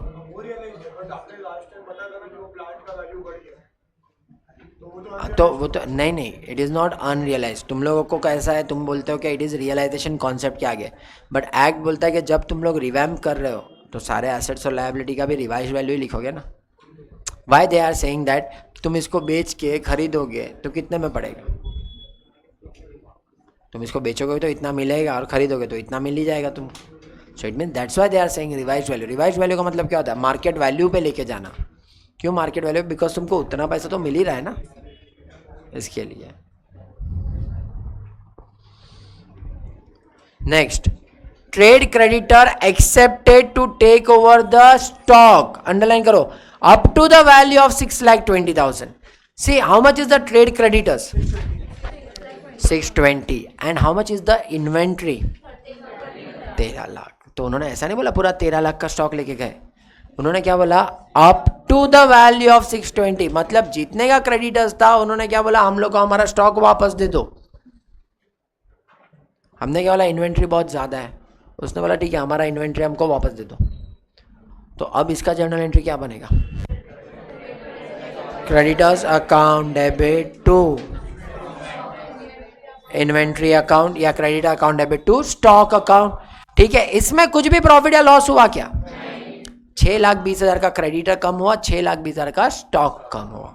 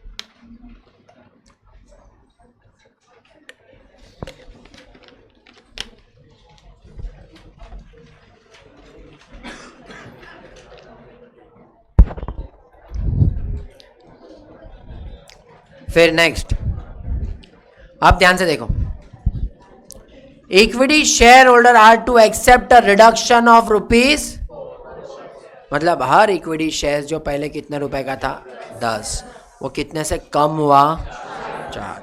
सो अब जो नया शेयर्स रहेगा वो कितने रुपए का रहेगा, तो इट मीन्स मैं 10 रुपए वाला शेयर्स वापस लेके कितने का इश्यू कर रहा हूँ, तो हर शेयर पे कितने का प्रॉफिट 4।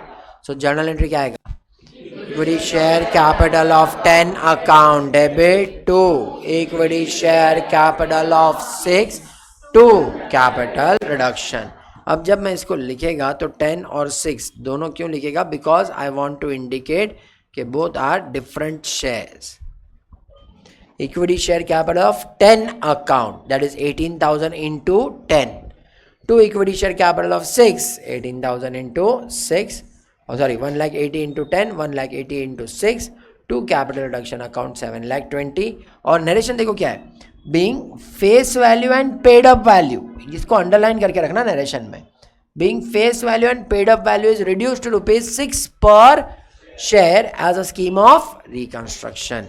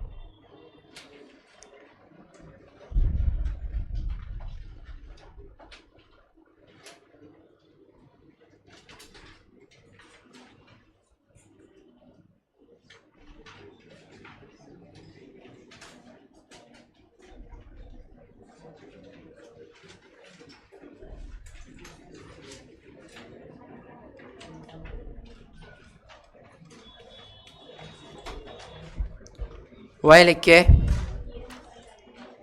Next investment. अब ध्यान से सुनो, investment is to be valued at market price of 60,000।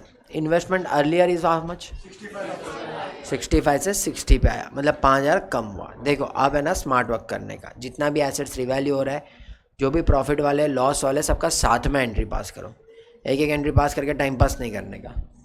Sundry debtors and remaining stock to be valued at 90% of their book value. तो देखो क्लियरली बोला है, सन्ड्री डेटर्स एंड अंडरलाइन करो रिमेनिंग स्टॉक। 6,20,000 तो लेके गया था ना, कौन लेके गया था, क्रेडिटर्स। तो 13 लाख में से 6,20,000 तो चला गया, कितना बचा 6,80,000। हाँ ये 6,80,000 का बात कर रहा है कि जो 6,80,000 है उसका 10% क्या हुआ है, reduce. Director have to forgo their loan in full. अब देखो तो कहीं पर डायरेक्टर लोन दिख रहा है, हाँ। अब ये डायरेक्टर ने क्या बोला, हम लोगों को लोन का पैसा नहीं चाहिए, हमने माफ किया। हमारे लिए प्रॉफिट हुआ या लॉस, हमारे लिए क्या हुआ, प्रॉफिट। हमारे लिए क्या हो गया, प्रॉफिट। इट मीन्स ये इन्वेस्टमेंट वाला लॉस है, डेटर्स वाला लॉस है, ये क्या है, हाँ। तो इसको अभी साइड पर रखते हैं। नीचे देखो क्या दिया है, patent and copyright and goodwill have no more value, so that is also profit or loss?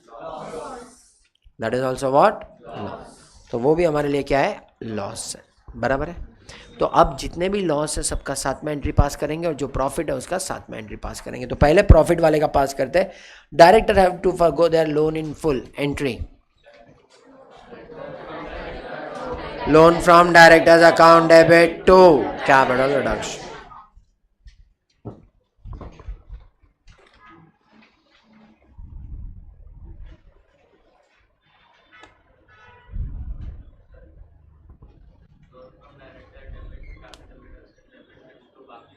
नहीं नहीं, फिर मैं इक्विटी प्रेफरेंस सबको साथ में रख के डेबिट करके क्रेडिट कर देगा, नहीं करने का। Because when we are writing journal entry at that time we have to come to know that कि कौन कितना सेक्रीफाइस कर रहा है, वो क्लैरिटी आना चाहिए। तो जर्नल एंट्री का, क्योंकि अगर मैं बोलता हूँ तूने जो बोला ना जर्नल एंट्री पास करने का, लिख भी दिया अभी लेजर में पोस्ट कर वो जर्नल पे से, इसके लिए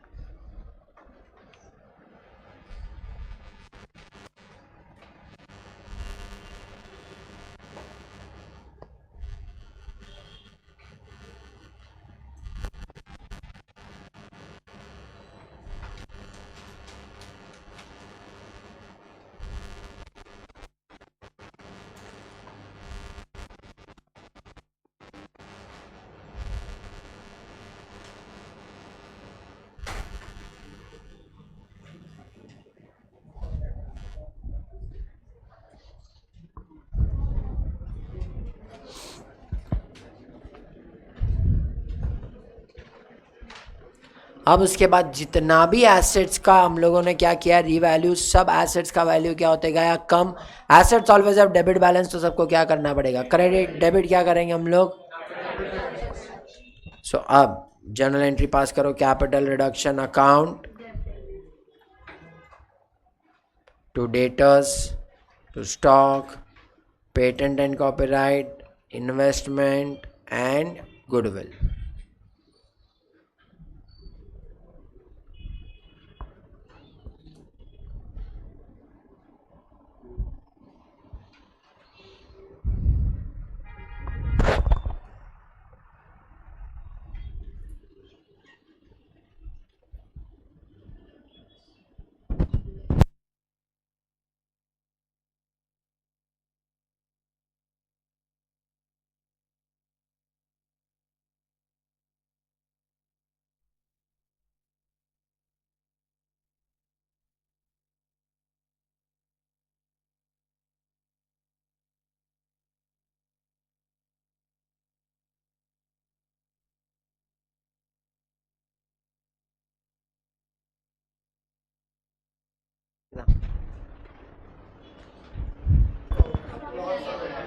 प्रॉफिट एंड लॉस को ख़त्म करने के लिए, तो जब प्रॉफिट एंड लॉस को ख़त्म करने का, प्रॉफिट एंड लॉस अकाउंट कौन सा बैलेंस दिखाता है, डेबिट बैलेंस। क्लोज करना है तो क्या करना पड़ेगा, क्रेडिट करना पड़ेगा। जर्नल एंट्री क्या आएगा, capital reduction account debit to profit and. तो अब इसको अलग से पास करना, अलग से पास करो, बट सब तुम लोग लॉस को राइट ऑफ ही कर रहे हो ना। अमाउंट कितना आया डेटर्स का, 20,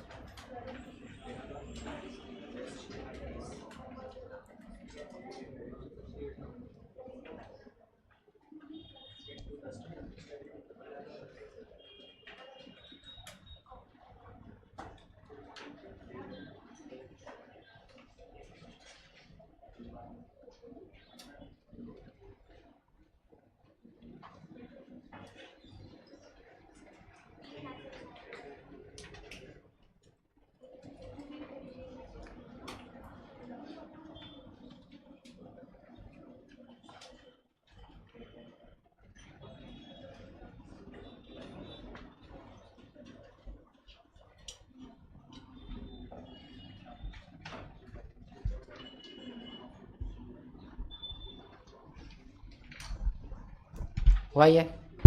चलो सब ट्रांजैक्शंस खत्म हो गए, जितना भी स्कीम ऑफ रिकंस्ट्रक्शन उन्होंने बोला था वो क्या कर दिया हम लोग ने, क्लियर कर दिया। अब इसके बाद कम से कम 6 से 7 लाइन छोड़ देना, ठीक है, जर्नल के लिए ही अपने को लगेगा।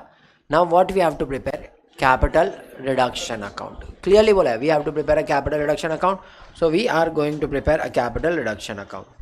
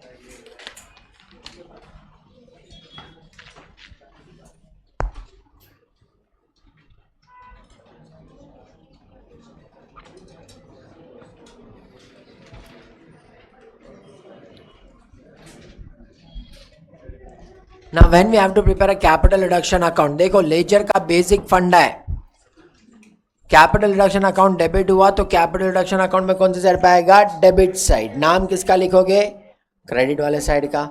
अगर कैपिटल रिडक्शन क्रेडिट हुआ तो कौन से साइड पे लिखोगे, क्रेडिट साइड। नाम किसका लिखा जाएगा, डेबिट वाले साइड आइटम का। सो पहला एंट्री में क्या हुआ देखो, क्रेडिट हुआ, नाम किसका आएगा, 7.5% प्रेफरेंस शेयर्स।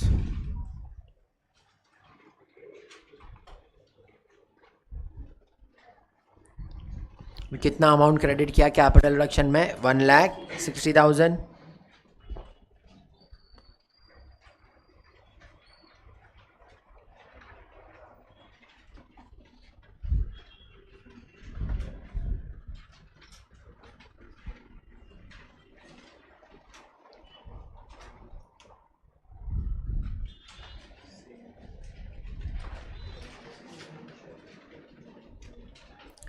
सेकेंड यहां पर capital reduction again credited, credit side पे आएगा।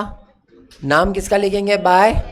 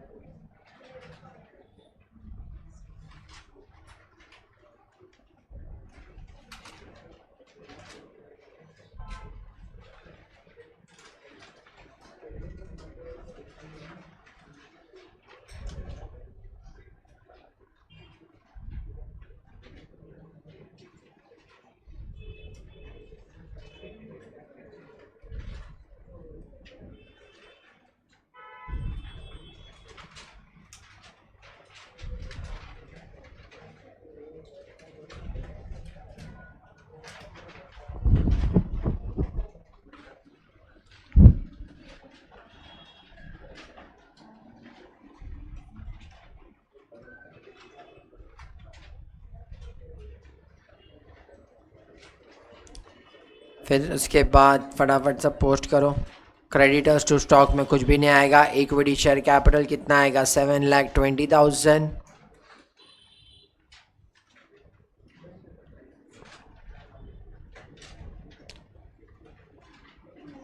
डेबिट साइड पे देखो, सबसे लास्ट एंट्री जो तुमने पास किया है, capital reduction account debit to, तो सारे एसेट्स आएंगे उधर।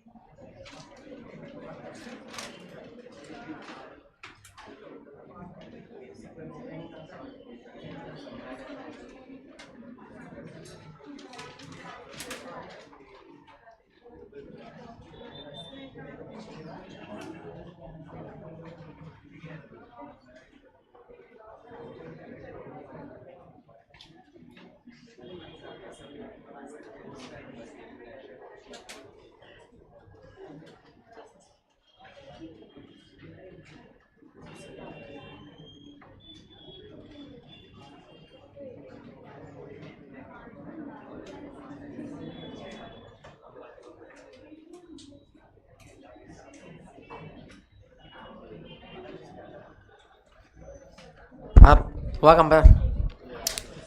इतना मेहनत करने के बाद, कैपिटल रिडक्शन अकाउंट बनाने के बाद, तुम्हारा कैपिटल रिडक्शन हमेशा या तो क्रेडिट बैलेंस दिखाएगा या टैली होएगा।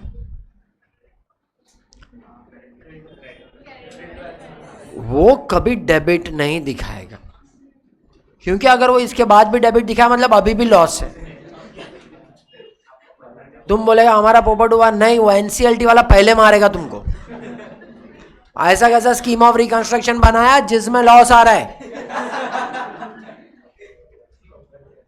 तो वो वैसा होगा ही नहीं। Either it will show a credit balance और it will be tally. Tally हो रहा है क्या? कौन सा बैलेंस दिखा रहा है? कौन सा बैलेंस दिखा रहा है? Credit balance. कौन सा बैलेंस दिखा रहा है? Credit balance. कितना? टेल मी, क्या ये बार बार होने वाला प्रॉफिट है क्या? That's why it is not a revenue profit कि तुम पीएनएल में डालो। कैपिटल प्रॉफिट इसके लिए कहां पर जाएगा? कैपिटल रिजर्व में। देखो, इश्यू ऑफ शेयर्स करते थे, शेयर फोरफिट करते थे, शेयर फोरफीचर को री इश्यू करने के बाद वो प्रॉफिट कहां पर ट्रांसफर करते थे? कैपिटल रिजर्व में। ये भी कहां पर जाएगा? कैपिटल रिजर्व में। सो जो लास्ट एंट्री अपन पास करेंगे दैट विल बी, यहां पर पहले लिख के रख देते हैं,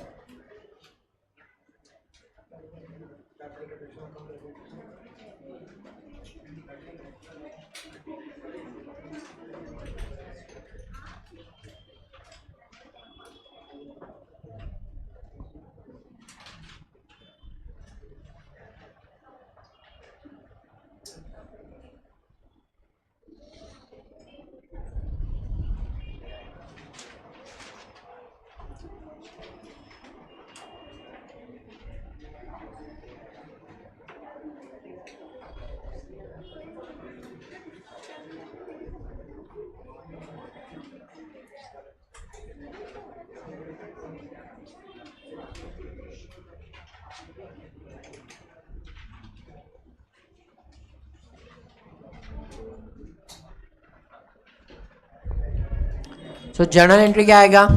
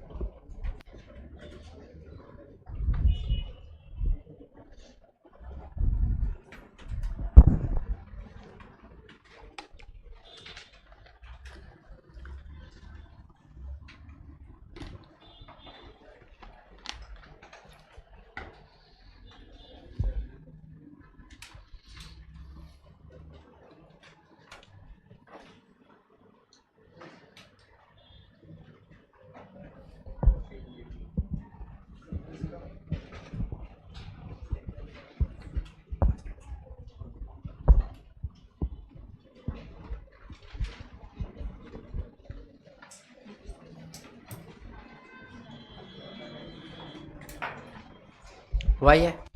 चलो, now we have to prepare a balance sheet.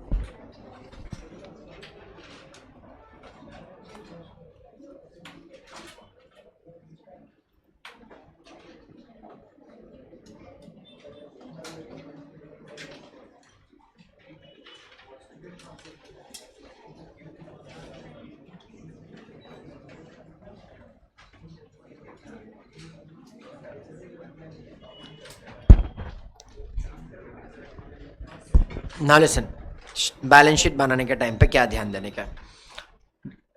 When ever we are doing internal reconstruction, पहले कंपनी का नाम जो है वो, बैलेंस शीट और पीछे एंड रिड्यूस्ड. इंटरनल रिकंस्ट्रक्शन का बैलेंस शीट में पीछे एंड रिड्यूस लिखना जरूरी है. The reason is because each and every shareholders have to know that it is after internal reconstruction.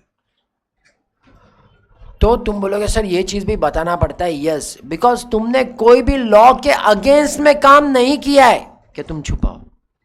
तुमने एनसीएलटी के वास्ते अप्रूवल लिया था, सारे शेयर होल्डर, सारे डायरेक्टर, सब लोग मान गए हैं. तो तुम लोगों को सबको बताना पड़ेगा this is after internal reconstruction. And that's why जब फर्स्ट ईयर तुम कर रहे हो ये, उस साल में तुमको दिखाना पड़ेगा एंड रिड्यूस, उसके बाद से नहीं. अब जब तुम बनाओगे तो तुम लोग को बैलेंस शीट जो दे के रखा रहेगा ना क्वेश्चन में, वही फॉर्मेट डालने का. इक्विटीज एंड लायबिलिटीज, उसमें share holders fund, share capital reserves, non current liabilities, current liability, फिर उसके बाद non current assets and current assets. हम लोग सबका नोट्स टू अकाउंट्स बनाएंगे. पहला क्वेश्चन है तो सारे नोट्स टू अकाउंट्स बनाएंगे. उसके बाद over the period of time जब हम लोग को आदत हो जाएगा, तो सपोज एक ही आइटम है तो अवॉइड कर देंगे. एक ही आइटम रहेगा तो क्या कर देंगे? अवॉइड कर देंगे उसको. तो उसको क्या करेंगे ना, डायरेक्ट इधर ही डाल देंगे नीचे.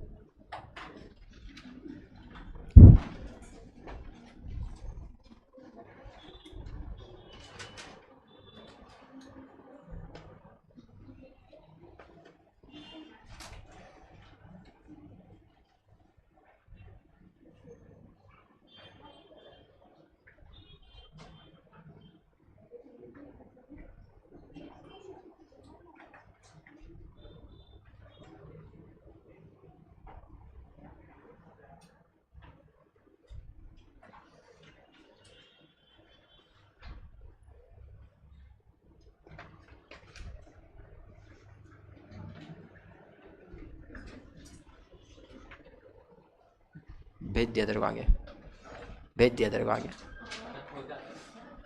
परेशान होने के बाद ऐसे ही होता है सब।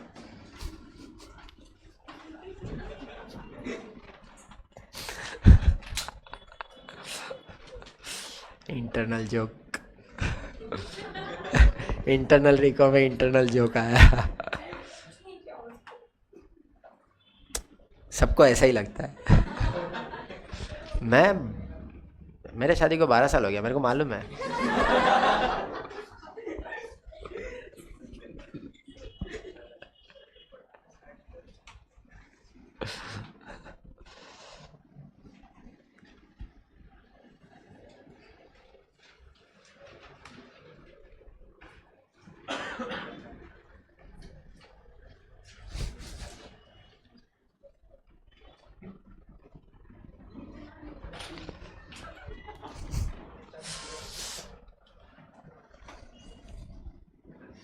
वही है।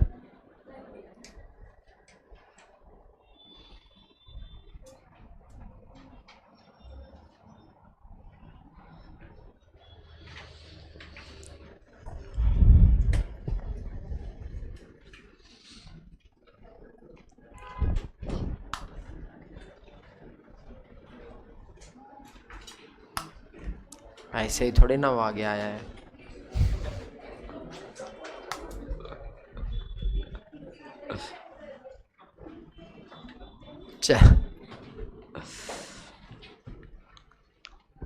अब जब भी बैलेंस शीट बनाना है, अपने पास टाइम कितना है? बहुत कम टाइम है, ठीक है। सुन लो थोड़ा सा, बिकॉज 3 बजे तक का लेक्चर है ना। हाँ 3 कितना बजा, कितना है, 8 मिनट है, ठीक है। सुनो अभी, जब भी हमको बैलेंस शीट बनाना होता है ना, eight that time balance sheet बनाने के टाइम पे तुम्हारा जो भी क्वेश्चन तुमने सॉल्व किया ना, वो हमेशा दिमाग में घूमना चाहिए। क्यों? बिकॉज तुमको पता होना चाहिए अभी रिवाइज बैलेंस शीट बनाने का है, तो अभी कैसे करने का है, ठीक है। तो अब हम लोग वो टाइम पे क्या करेंगे ना, जो तुम लोगों को दे के रखा है क्वेश्चन में,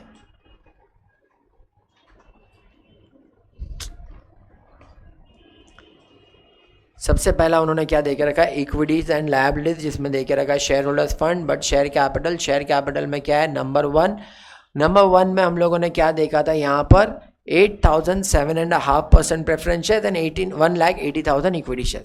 तो जैसे ये देखा, अभी हम लोग को ये चेक करने का कि ये जो भी है इसका कुछ जर्नल एंट्री पास हुआ है क्या। तो ये 8,000 से क्या हो गया है, 6,400, और दूसरा ये 1,80,000 equity shares of ₹10 each fully paid up से क्या हो गया है। हाँ, तो अब पहले तो हमेशा नंबर ऑफ शेयर्स देखने का, ये उतने का उतना ही है, और हमेशा याद रखने का हमने और किसी को भी तो इक्विटी शेयर्स नहीं चिपकाया है ना, वरना फिर वो नंबर्स बढ़ते जाएगा। सो अब हमारे पास क्या है, 1,80,000 equity shares of ₹10 each fully paid up. So अब वो 10 का कितना हो गया है, 6। So I will prepare a notes to accounts.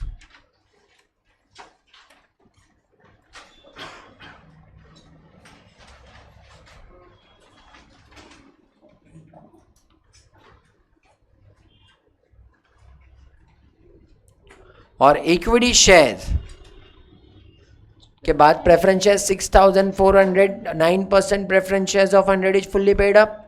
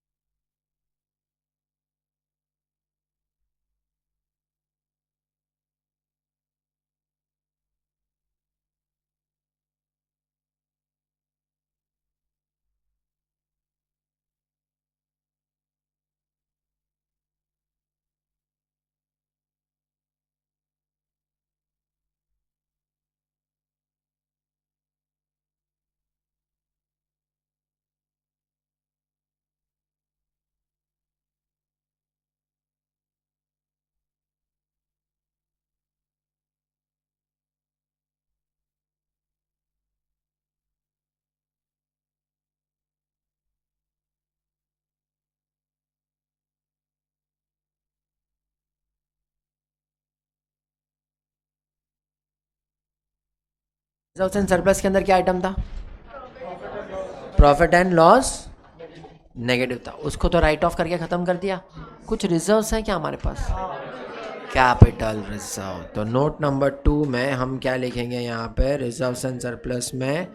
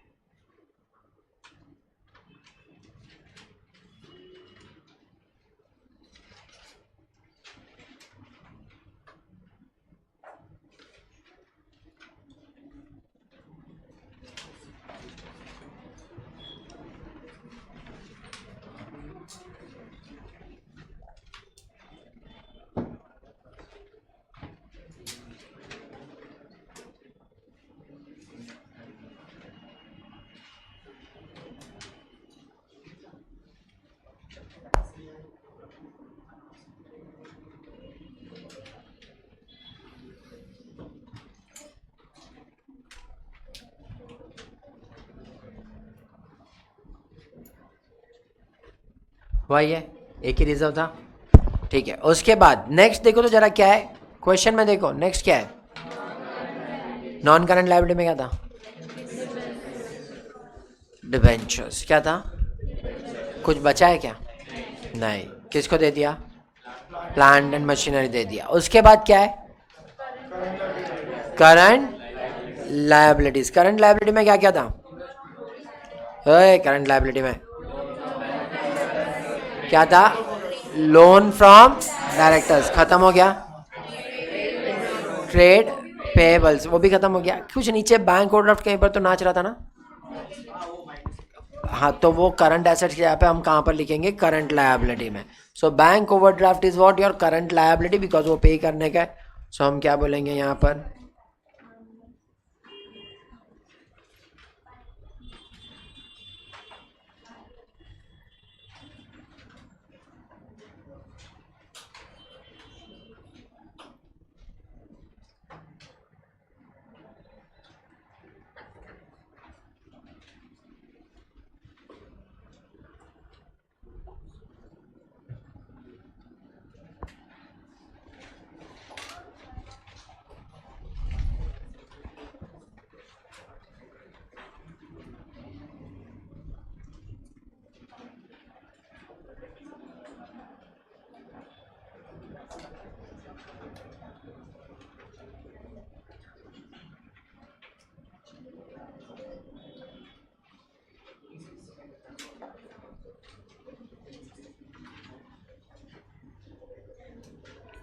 हुआ कंप्लीट?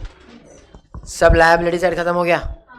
तो अब ये लायबिलिटी साइड में नोट नंबर 1 में कितना लिखेंगे हम लोग? सो यहाँ पर लिखेंगे नोट नंबर 1 17,20,000।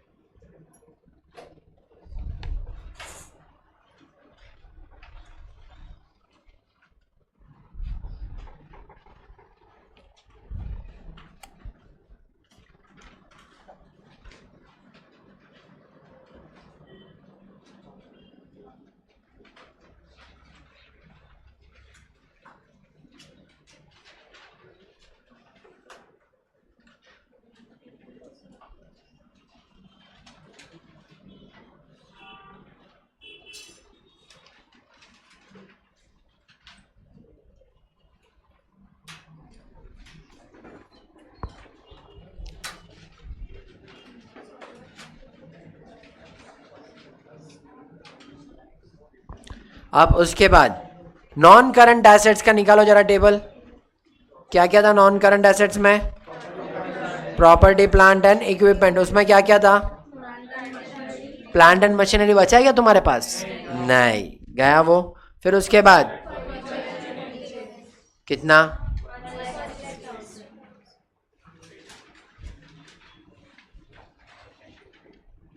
और फिर नॉन करंट इन्वेस्टमेंट?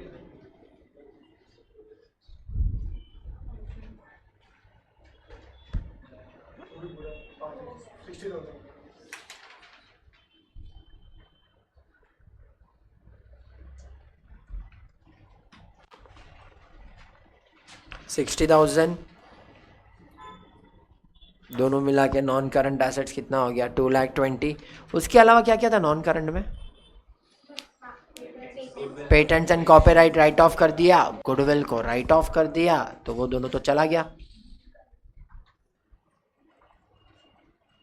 अब current assets,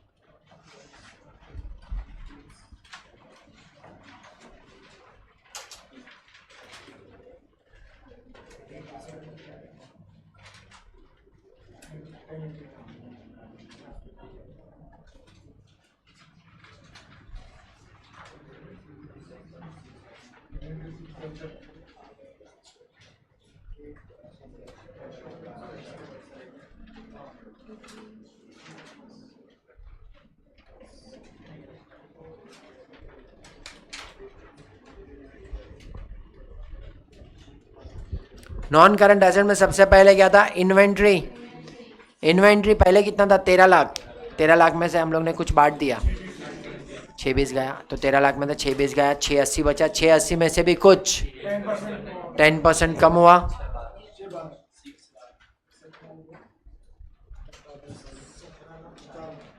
same way trade receivable का।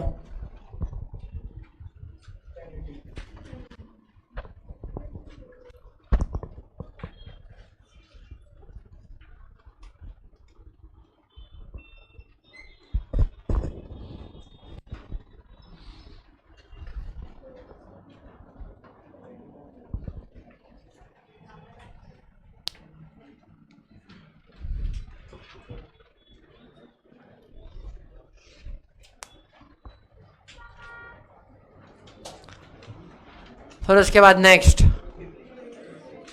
Trade receivable. ट्रेड रिसीवेबल कितना था? 12 लाख। उसमें से कितना कम किया तुमने? 1,20,000। You have to see the journal entry, कितना कम किया? 120।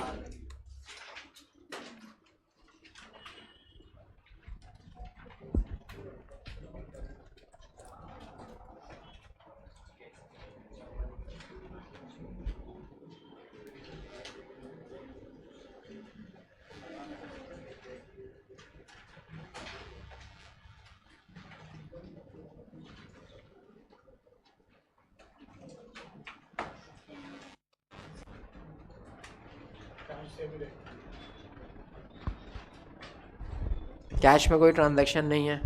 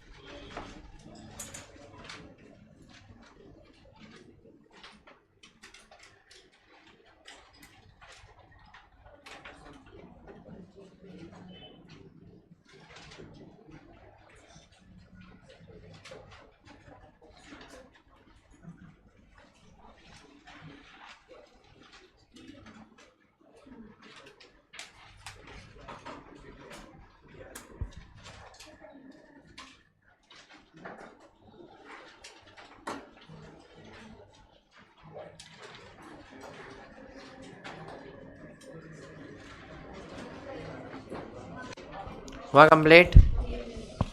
चलो तो अगले लेक्चर में क्वेश्चन नंबर 2। चलो बाय।